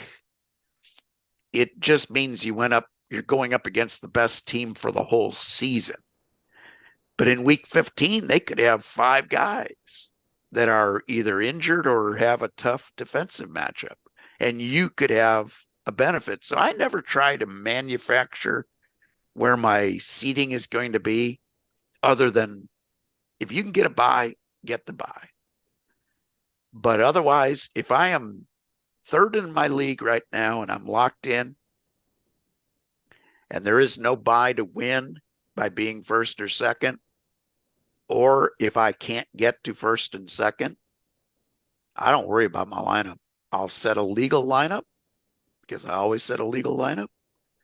But if I've got 8 guys on bye and I can't settle, I don't have a quarterback, I don't worry about throwing a scrub in. I will deal with it, and that's too bad, so sad. I will not affect my playoff team because I got a lot of guys out on bye this week. That's my advice for this week. I like it. I like it. All right, Professor, before we get to the games, we got to break out some of your data, because your power rankings have been really good. Your efficiency data has been cluing me in. Would you believe I'm first place in my handicap and against the spread league this year? I have never finished first place in one of those leagues ever. Yeah. So I should share this, huh? Yeah, the only addition, the only change in how I'm handicapping the games is your power rankings, which also have been very beneficial for deciding some of those tough decisions on who to play and who to sit. Yeah. So here they are. They're listed. Again, this is just what I think could be this week. I don't have error bars. That's just kind of the power rank. I don't have the floor and ceiling possibilities. Not sure I know how to do that with this data, because it's pretty subjective in some ways and data driven in others. Secret sauce. This week, San Francisco, and Purdy. Boy, it was a disaster in the snow, wasn't it? Oh, Wasn't it? yeah. Yeah. Yeah. But Yeah. but I'm thinking they're coming back, and Detroit has already played, but was right there. So, Detroit, you know, just right there. They basically, that would be tier one, right? Yep. You couldn't pick that apart there. And the bottom are Carolina and the Giants are at the bottom. They're the bottom tier. So that's the gamut. Is there any surprises or any comments you want to make about this list? Yeah. Here's one. So I've got a lot of leagues where Uh-huh. I've got to make a decision on what to do with Isaac Garendo. San Francisco. Logic says he's going to get the majority of the carries with Mason and CMC gone. Mm-hmm. And yeah, he's got a tough defensive matchup, I think. I can check that here. Yeah. You want to check it? Let's take a look at the DAP first before I say that. But I believe he's got a tough defensive matchup Let's see. this week. Let's see. Let's see who they're playing. Should be going against Chicago. I realize I should have had my main list here. My bad. Chicago. And they're at home too, which I like them at home. Yeah. I've got them declining in their last 3 because I think probably the snow game really. Yep. And Dennis, they love to be away. Ooh, yes, they do. Yeah. When they're not in a snowstorm. They when they're not, but that's been their overall yearly trend. Interesting. Their running back is above average, so there's nothing to Ooh. worry So about there. the Chicago defense has actually weakened against running backs. That's interesting. Yeah, they've been tough against passing. Yes, I they hate to have. play Debo. I'm my my quandary is Debo in that league. It is I just I don't know what's happening there with him. I Kittle was bad last week because they didn't even target yes. him, I don't think. No. I'm forgiving last week for Okay. everybody on San Francisco. That was out of their elements. That was like having, all of a sudden taking the best basketball players and making them play outside, in the cold and snow on a snowy court. It's not indicative of what they're going to do in good weather, and they're going to get perfect weather here. I mean, it's going to be in the 60s for them. So they should have a perfect weather day. I'm not worried. I'm expecting big bounce back for Kittle. I expect Debo to actually be used. I wouldn't be surprised to see him get as many as 5 to 7 carries. Hmm. Line him up in the backfield without CMC and Mason. I wouldn't be surprised to see him get as many as 5 to 7 carries that way with the ball as a Nice. runner. So, every week he seems to get 2 or 3 carries as a running back. So I look at him maybe 7. 5 to 7 this week wouldn't shock me. Mhm. So I look at that as he's running into a good matchup. If you do that, I don't care if it's a wide receiver. He's now a running back. Mhm. On those plays, he's going to have a good matchup. But getting back to your power rankings, Yeah. looking at San Francisco and now looking at these defensive matchups Yeah. data, that convinces me that I'm going to play Garendo in a lot more leagues. I had a few of the leagues where, because I'm strong at running back, I was deciding, he's more of a flex play. In the leagues where I'm weak at running back, he was going to be in there because I think he's going to get the majority of the carries. Right. But in those questionable leagues where I've got some good running backs, I wasn't really sure what to do with them, to be honest with you. I'm But thinking 10, 12 points ish I, is what I'm hoping. I think that's a minimum without him getting in the end zone. Yeah, I try to, imagine. I think he's a solid flex play.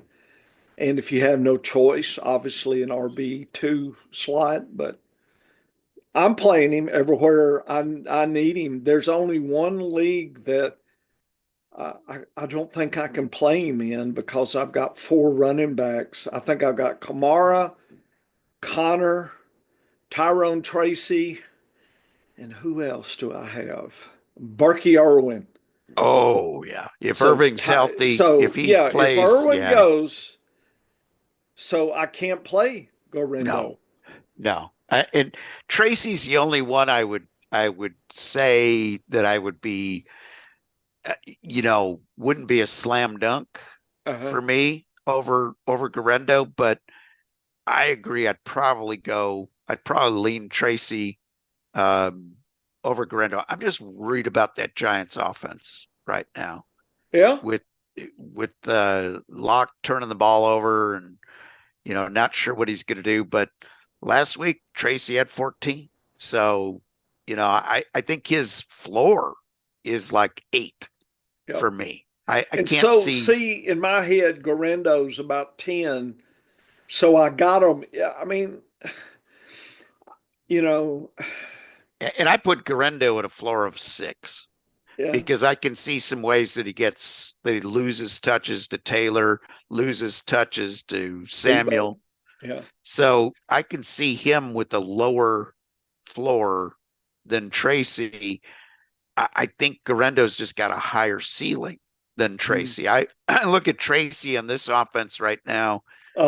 16 would be his ceiling to me, and but 8's his floor. Like he's got a pretty tight deal. Garendo is 6 to maybe 22. Like the upside could be terrific for Garendo. He's a big play kind of guy. Do they use him out of the backfield? How do they get him the ball is the question. And that's why I think he's got a wide range of possible outcomes. Yeah. But the upside is really intriguing. But I would probably play Tracy over him if I was in that situation. That's a nice problem to have, though, is to be that deep in running back. So that's you drafted well. Yeah, it's I'm sitting there trying to look at that league. I think it's, let's see, one of them I've got that problem. I forgot which one it was, but anyway, I'm looking around. The other interesting deal with your data here, with your power rankings, is seeing the Chargers and KC right together. There they are. They are both right there and both underperforming because just a little bit. Again, this is only offense. Yeah, the Chargers are winning these low-scoring games. Right. And the Chiefs are winning these games where they can just run the ball and dominate. I don't think either team is in a situation where what they do best, and again, I say that because of McConkey's injury. Right. I don't expect McConkey to play. If McConkey plays, I think that moves the Chargers. If McConkey plays, I'm tempted to pick the Chargers to beat the Chiefs this week. But otherwise, I think the Chiefs can cover them. I think they can beat them in a low-scoring game. But it's, I think those two being right together this week makes a lot of sense. The other team that I expected to be higher on this list, but I'm also not shocked that they're not, is Minnesota. I think you've got a good ranking for Minnesota this week. They are just not always hitting on all cylinders, and that's been interesting to see this year. The weeks that they just kind of, and the other team that I was a little bit surprised to see this low is the Rams, but that makes me think in different ways about some of their players as well. Obviously, you're meaning quarterback. I'm not sure what to do with Stafford any given week in a lot of leagues because he is my second quarterback in some leagues, but he'll get started ahead of my starter in some circumstances. This week, I'm not sure I play him in a lot of leagues. It's a lot of super flex leagues. He is my second quarterback, but make him my third quarterback this week is the question. So the metrics are basically just to make you think. Really it comes down to it, and maybe some tie breaking. I do want to mention one thing. Dennis, have you heard about the big whale better that is bet Philadelphia? Have you heard? I didn't hear this. Okay. Apparently, and I saw this on Twitter, or X, 3.1 million on the money line, Philly versus Carolina. And that is a pretty wide disparity on my power rankings. That's interesting, but he's going to get basically 448,000. So basically 3 million to get $500,000 in profit. And people are all stirred up. And I told my wife last night, we were discussing that, and and I said, the only way I would do that is if 3 million was like $30 to me. In other words, my lifestyle. Yes. I'm a billionaire, but I would never risk 3 million to win a half. Oh no. I would rather risk a half to win 3. I always want to gamble pennies for dollars, not dollars for pennies. And that served me well in horse racing. Oh, And, folks, I think, some books I read, that in like stock market that people gamble dollars to win pennies. And it's like picking up pennies in front of a steamroller. If you're fast, you'll pick up the pennies, but every once in a while, it's a disaster. And I just couldn't imagine gambling 3 million to win a half a million. That doesn't feel like a savvy bet. I mean, what happens if Hertz gets hurt, right? Or a double injury? Hertz yes. and Brown collide on some type of fumble, and they're both chasing and they break each other's leg, and this guy's got 3 million, and there it goes. I mean, I just having seen, birds hitting horses, sure things, right? Saddles slipping, jockeys falling off, horses, breaking down, I'm sure the sulky's breaking down. Yep. And I just would hate to bet that kind of money. But anyway, you might want to follow that this Sunday. So we'll know if that guy is, alive or not, if he's jumped a bridge or not at that point. We call those bridge jumpers and horse racing. Oh, I got to see a classic example of those bridge jumpers. A friend of my dad's, and he was a 10-cent player, meaning a 210 payoff kind of Yeah. guy. Wow. So he would do this every once in a while. And so on this particular day out at Maywood Park Racetrack in a stakes race where the top three horses were 1A, and 1X, an Oh, entry, owned by the same guy, trained by the same guy, had the best driver in the land, Walter Paisley, in the sulky. They brought in Jim Curran, who was a great catch driver, to drive the other horse. Usually Paisley drove, couldn't drive two horses in the same race. nope. And then Mark Franson, the trainer, who was a pretty good driver in his own right, was driving the third of this 3-horse entry. All three of them usually had Walter Paisley driving when they didn't race against each other, but here they are racing in this big race. There's only 6 horses in the race, Professor. Oh my God. They decided I should say there was 7 horses, 6 entries. Okay. So they decided that they were going to allow show betting. They knew it would be a huge minus pool, but they did it. Heading down the back stretch, and it was all 3 of Branson's horses won. Friend of my dad's put $5,000 to show on the entry, figuring it was easy money. He's going to collect his 210. He's going to be happy, The lead that's horse, like for every $100, yeah, he you're gets making what, 10? 10. Yes, Is that yeah, what I'm trying to, yeah. or 200, you get 10. For every 200 he bets, he gets $10 back, and he's betting So this 5,000. 1,000 gets you $50. Yep. So So he's $5,250 to make an easy 250. Shh. I Okay. can't lose. I can't lose. Can't lose. Just give me my 250 now. Heading to 3/4 in this 1-mile race. The entry 1, 2, and 3. And they probably got like 5 lengths on the 4th place horse. Yeah. So this guy is like slapping the program. Yeah, I told you I'm winning my money.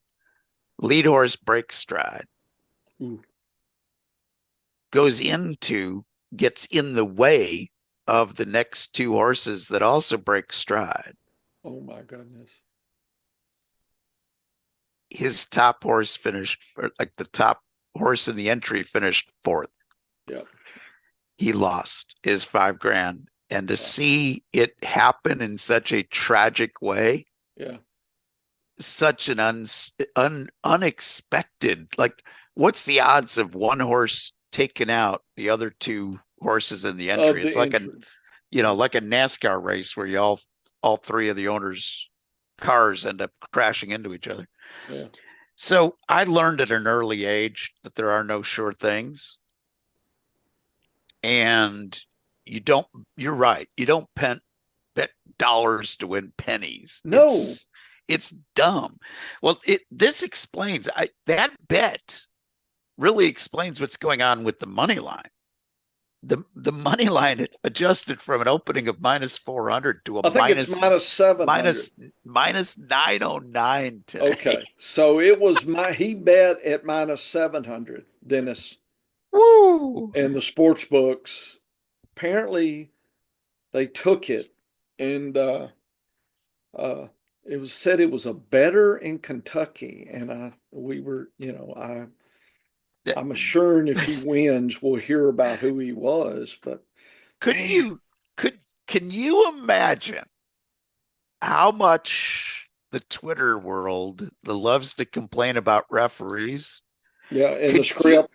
Could you imagine Carolina winning this game and there's a questionable call involved? It will get all of the conspiracy theorists going. Yep, they got to cut it at $3 million. Yep. Yeah, they called it in. They called it in. Yeah, they called it in. Anyway, crazy. I thought I'd tell you that. So that's just the crazy, and that's just not how I bet, Dennis. As you know, I love superfectas, and I play $2 to try to win hundreds, and that's I'm gonna lose a lot, but when I win, I collect a lot. So that's how I play, and I couldn't do it the other way. I could not bet $3 million to win a half. Only one time in my life that I played an odds-on favorite. Yeah. To show like that, like a 1-9 horse. It was Secretariat, and I didn't cash the ticket. Yeah, just as a souvenir. Kept the ticket as a souvenir instead of collecting my $2.10. I took my $2 loss to have a souvenir. I would not bet a horse 1-9 to win, place, or show. It just, to me, there's no long-term profit. I don't even play. One of my rules for superfectas, I don't play in those kind of races. That's because smart. if that horse hits the board, say first or second, everybody's, well, boy, I'm gonna load up on the superfecta. I'm gonna make and just cuts the pay. You bet a $2.40 superfecta to win 5. That's not what I want. I want hundreds, not double my money. No, my dad used to love looking at the races where he thought there was a 3 to 5 shot that would finish out of the money. If you're good at that, you can really do well. Those were his trifecta days to really play. Well, you got an automatic edge, just about. Yeah. But the times that happens with a odds-on favorite, like a 1-9 shot, usually a 1-9 shot is 1-9 for a good reason. Yeah. But in this case, there is no way. There's no way I would bet on a football game to collect so little for so much, because that's just, you're asking for trouble. Yeah, I believe so. But anyway, that's what's going on. So the power rankings would say, yes, you should do it. You should really take your $3 million and put on Frisco, right? Whew. No, wouldn't you prefer to bet on New Orleans Yeah. over the Giants Oh, and take yeah. advantage of that, and you're Yeah. only giving up minus 238. Yeah, I agree. Collect a heck of a lot more money that way. Yeah, But I'm looking at the efficiency. So Philadelphia is uh middle of the pack. middle of the pack, kind of, Just and then a, Carolina must be down at the well, they last couple weeks they haven't been they're ahead, Dennis. yeah, they haven't been awful. They've actually been No. very good. So They've been scoring a lot of points. yeah, so looking at points and yards per second, Carolina's better. I wonder if the better use my efficiency data, would he be happy with that bet? I wouldn't. I would. Well, So the last yeah, go ahead. the last 2 weeks, they almost beat the Buccaneers and they almost beat the Chiefs in Yeah, back-to-back weeks. Yeah, I And would. before that, they beat the Giants and they beat the Saints. So I don't know if I'd mess around with the Carolina Panthers. I know it looks good on paper, maybe, but the efficiency data says he made a bad bet. I would not play it there, Dennis, at all. So, are we going to do Squirrel Huskies? Yeah, let's look at some Squirrel and Husky games. Okay. Squirrels, of course, Who do you folks, want for the to? new people tuning in, they're the ugly games. Let's go to the chart, this video over on scienceoffantasyfootball.com, see all the data that we're talking about. So let's go to your graph with the games for the week. Let's see here. I having a little sound issue right now, Dennis. Are you having any sound issues? You know, I still got you coming in loud and clear. Okay. It says low system resources. Okay. So maybe just on my end hearing it. Let's see. Did I may not have done that yet. So let me Well, yeah, so what yeah. thankfully, I've got the master chart here, and I know the lowest scoring Okay. game Well, that'll help me. is the Jaguars and the Titans. Okay, so Jaguars, Titans. Uh, let's see, John, where is that? I am unprepared, Dennis. You know, but it's very important. There we go. Titans, and there we go. So here is Tennessee 23, Jacksonville 13. The 40 over under. I don't know if that's the latest, but that's what I had. Yep. -3, and I'm assuming Tennessee's at home. Yeah, so the -3. So low 40. I mean, we've had worse. We've had 36 or 34 this year. So look at Tennessee, play them all. Akina, Chiggy, all of them. Pollard, everybody except the D. Don't play the Tennessee D for whatever reason. But the Jacksonville D, you can play. And I'm actually playing them in a couple. Jacksonville is nothing's total bad, a little bit tough, but nothing that scares me in playing some of my Jacksonville. Tennessee is improving, 97. Not bad. Jacksonville is declining, -80. So Oof. a big difference. Ugh. Tennessee loves home, 86% home away split. They love Wow. home. And at home, they tend to pass more than rush. Jacksonville, and they tend to +7 rush and plus pass. So they're actually more active away, but I don't think it helps them. And they're declining in the last 3 games. So I'm not scared of any players here. I'm playing Ingram. I'm playing everybody I think I want to play here, Dennis. I'm not scared. I wouldn't, not saying I would bet, you know, on Tennessee, I'm probably not betting this game. I think that's what I'm thinking right now. Yeah, I'm feeling pretty good about playing Tennessee in this. I would pick them at -3.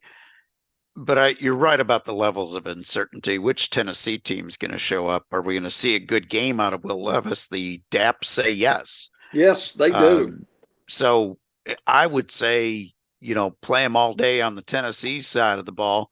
Yep.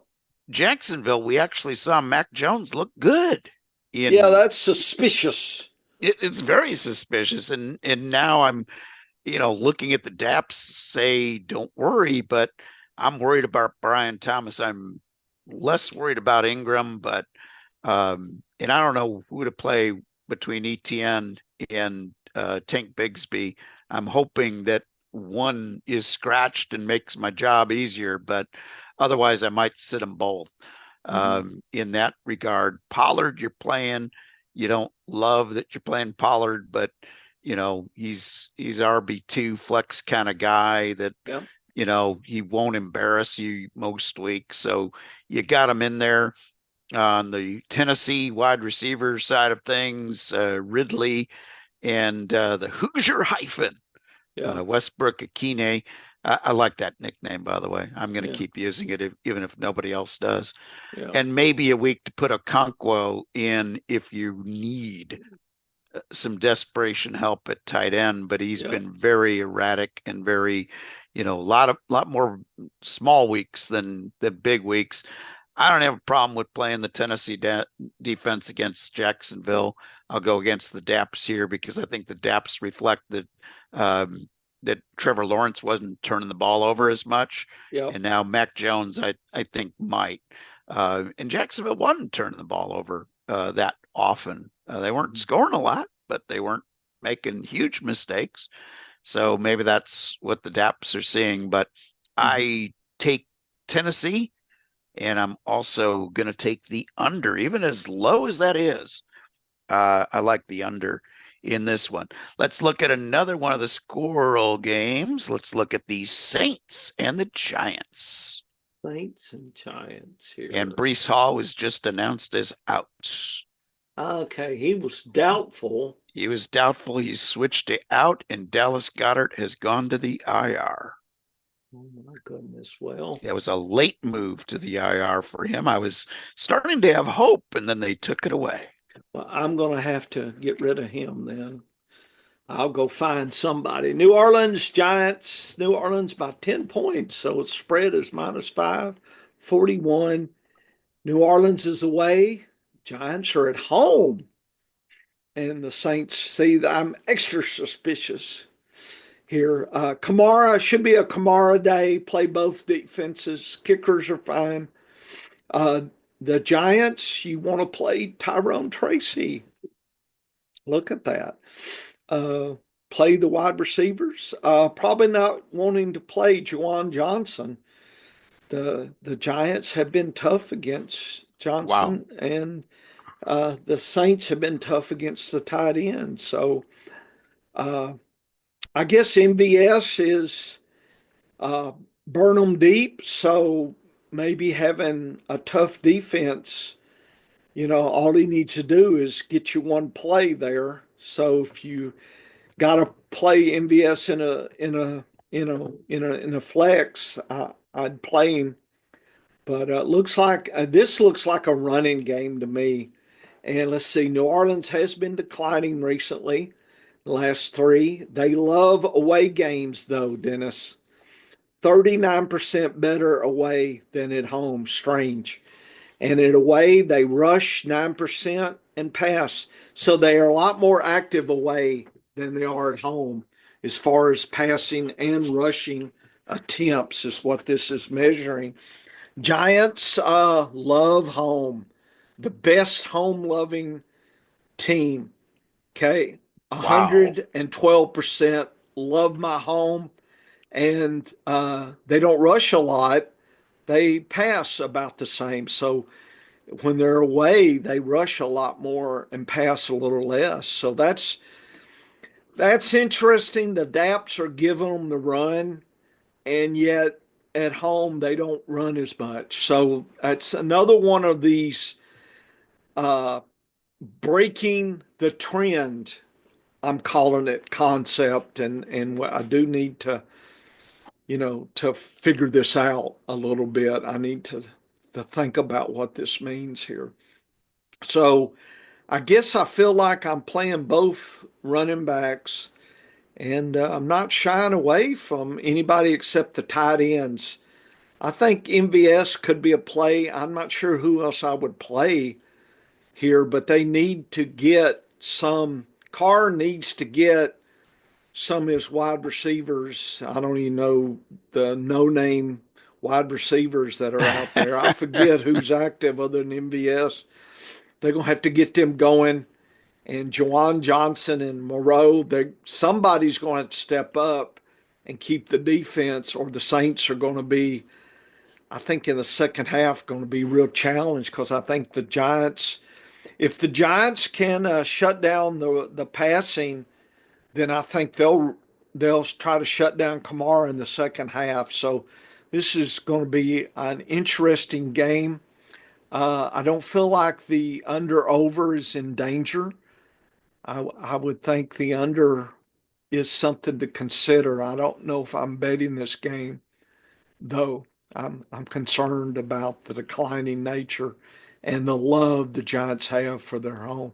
I don't know what Vegas is seeing, because my data says the Giants love home and are better, more efficient, putting points and everything up at home. Yeah, and the Giants defense has not been awful. Okay. And it's played better at home than it has on the road. Yeah. I'm taking the Giants +5 in this one, but I really like the under here. I think this is going to be a sloppy played game, a low scoring game. I'm not really looking at a lot of excitement in this one. Obviously, you're playing Kamara, you're playing Tracy, you're playing Neighbors, and you're probably forced to play MVS. But I don't think this is a game where you're going to get a lot of fantasy football points. I think it's going to be turnover city. So I love both defenses in here. Yep. Because Stream them both. I think this is a game where Carr has one of his down games, and I'm not sold on Drew Lock. They were hoping to have Tommy Cutlets ready, but it looks like it's going to be a Drew Lock and Derek Carr turnover fest is what I'm expecting here. So I'll take the Giants +5. Not sure I would bet that though. And I'll take the under in this one. Enough of these nasty squirrels. The meat's too tough anyway. It's just not. It's stringy. It's greasy. It's just not all that delicious. Let's go to some of the Husky games. Let's look at the afternoon game, which late afternoon game, which should be filled with lots of scoring. How about the Bills and Rams? This is going to be an interesting one, I think. You think the Bills are gonna? You think the Rams could keep up with them? The Vegas says 3.5. Bills are away. So that's interesting. 49.5 points. So that's, that. But the DAPs say don't play either defense. Looks like a running game. And, Allen could be the runner here. But James Cook, I think, should have an opportunity. And Corbin Williams. Maybe this is your prop game where you both running backs get touchdowns here. Maybe that's your parlay prop here. This says both quarterbacks are facing a tough situation. I'm not sure I'm playing the tight end for the Rams. Apparently playing the Buffalo kicker all day long there, Dennis. And nobody's really declining or improving. Buffalo's been a little down in efficiency in the last 3. Buffalo loves away a little better than home, actually. They do 15% better away. Rams don't like home, and they do 10% worse at home. So Buffalo's going to rush more, pass less, exactly what the defense says. So this is with the trend. Buffalo gets with the trend. The Rams, being at home, they rush a little more but pass about the same, and that's what Buffalo's giving them. So these are two teams that the trends that the defense is giving, they both do. So there's no trend breakers here. So I guess who's got the better team? I think overall, I think you give it to the quarterback and the running back, but I think the Rams have the better wide receivers. So I think it's going to be closer, Dennis.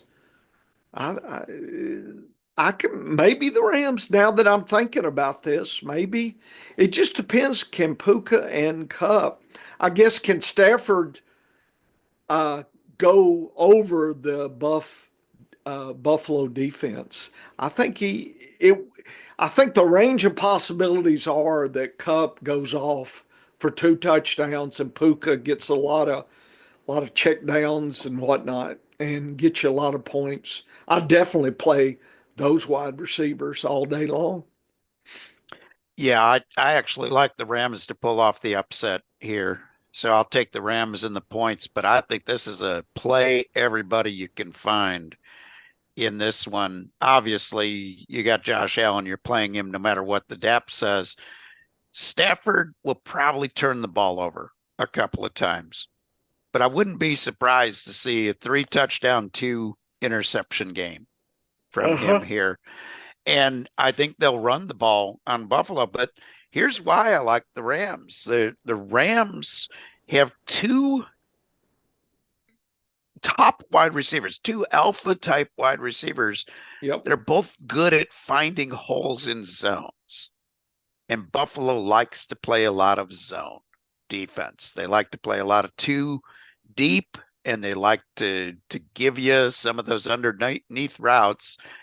Now they'll get to the quarterback on occasion, and I think that's why the DAP is tough on the quarterback. But uh, you know, I think this is a high scoring game, and I would take the over, and I'll take the Rams for the upset. I just think that this is a situation where what the Rams do best in the way of being able to run the ball and to have that short passing game falls into what Buffalo's defense does have difficulty stopping. But they will force some turnovers along the way, and that'll be the difference in this game. But you playing them all if you got them, except for the tight ends. I'm not crazy about Kincaid. I'm not even sure if he'll play, and I'm not crazy about playing Colby Parkinson in this one. No. But you're playing Cup, you're playing Puka, you're playing Khalil Shakir, and Yep. I kind of can make a case for playing Amari Cooper in this one as well. Keon Coleman will probably be a scratch. And of course, you're playing, I wouldn't have a problem playing both running backs for Buffalo here, Cook and Davis, considering the bye week by Mageddon. Maybe Davis. I've got some Davis shares I got to play, I think, unless, maybe play them both. Would I play Davis over Sincere McCormick? If In other words, if Madison's Madison is a scratch, yeah, then I'd play McCormick over Davis. Okay. If Madison is healthy, if he plays, I don't know how healthy he is, but if he plays, then I would be tempted to play Davis over McCormick. I think they're pretty close because Davis could get that one or two big plays in against like he did Rams last week. defense. Yeah. And that's the key. And last week, boy, in the snow, it looked early like it was going to be Davis feasting because James Cook couldn't find his bearings. I think he changed cleats and all of a sudden figured out how to run on the snow and did well. And both of them were excellent plays. All right, let's look at the last more. of our Yeah. games here, and Yeah. let's look at Monday Night Football. Oh. I think we're going to have a lot of Monday night miracles in fantasy football because I think this could be a high-scoring game. Now, Vegas is 30-19. Shh. And six points, basically 49. Interesting. Looks like Cincinnati play everybody on the passing side. Gasecki could have a game. Play the defenses, Streamel, both actually. And for Dallas, looks like passing as well, and rushing is not so good. So it's funny. The lots of scoring looks like it's tied to the passing. Cincinnati or Dallas are not declining or improving. Both are very close in efficiency. Both love home. Dallas 47% Wow. really loves home.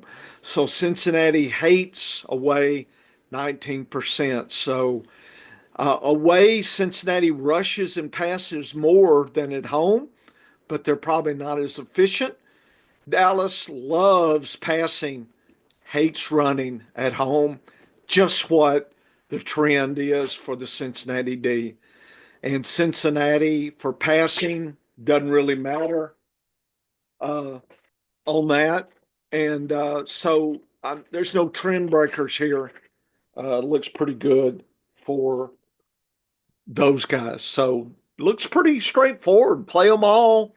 Be a little concerned about Chase Brown. And I know we got to play Chase Brown, and I wouldn't say sit him, but with the bye weeks, but he's going to have. I don't know his usual ceiling, but this looks closer to the midpoint than the ceiling, at least by the DAPs.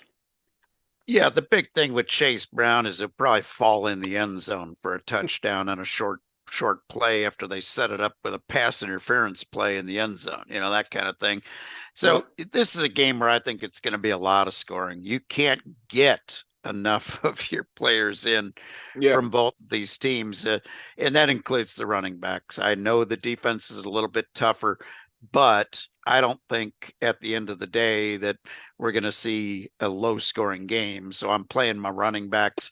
I'm, if you're desperate enough in a super flex, this isn't a bad spot for a Cooper Rush game. And you're hoping though, and I'm planning on CeeDee Lamb playing.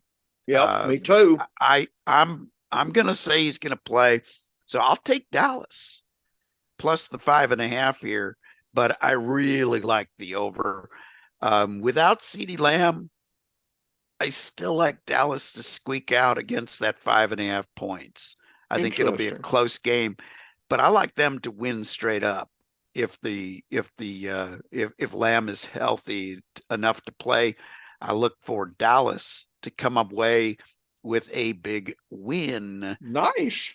At home against Cincinnati. And Cincinnati, my goodness, that defense has been absolutely horrible. So you love having Joe Burrow.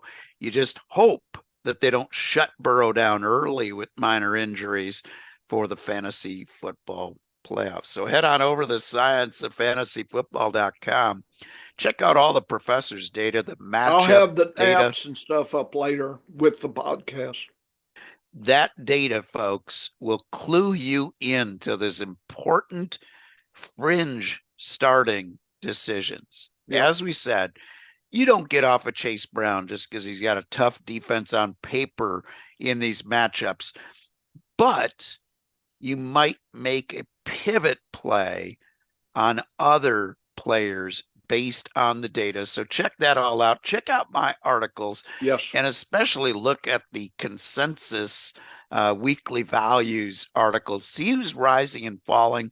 Look at the tiers. It'll be very enlightening that there's a lot more room between the first and the 12th best players at the position than you think there might be. And then, of course, head on back here next week, but not next Wednesday, folks, because I will be on assignment in Indianapolis. But next Saturday, we'll have another edition of the Science of Fantasy Football. Get to work, folks.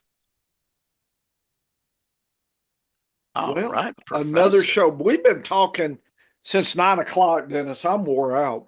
Oh, me too. Me too. And I've got conference calls that start in about 40 minutes.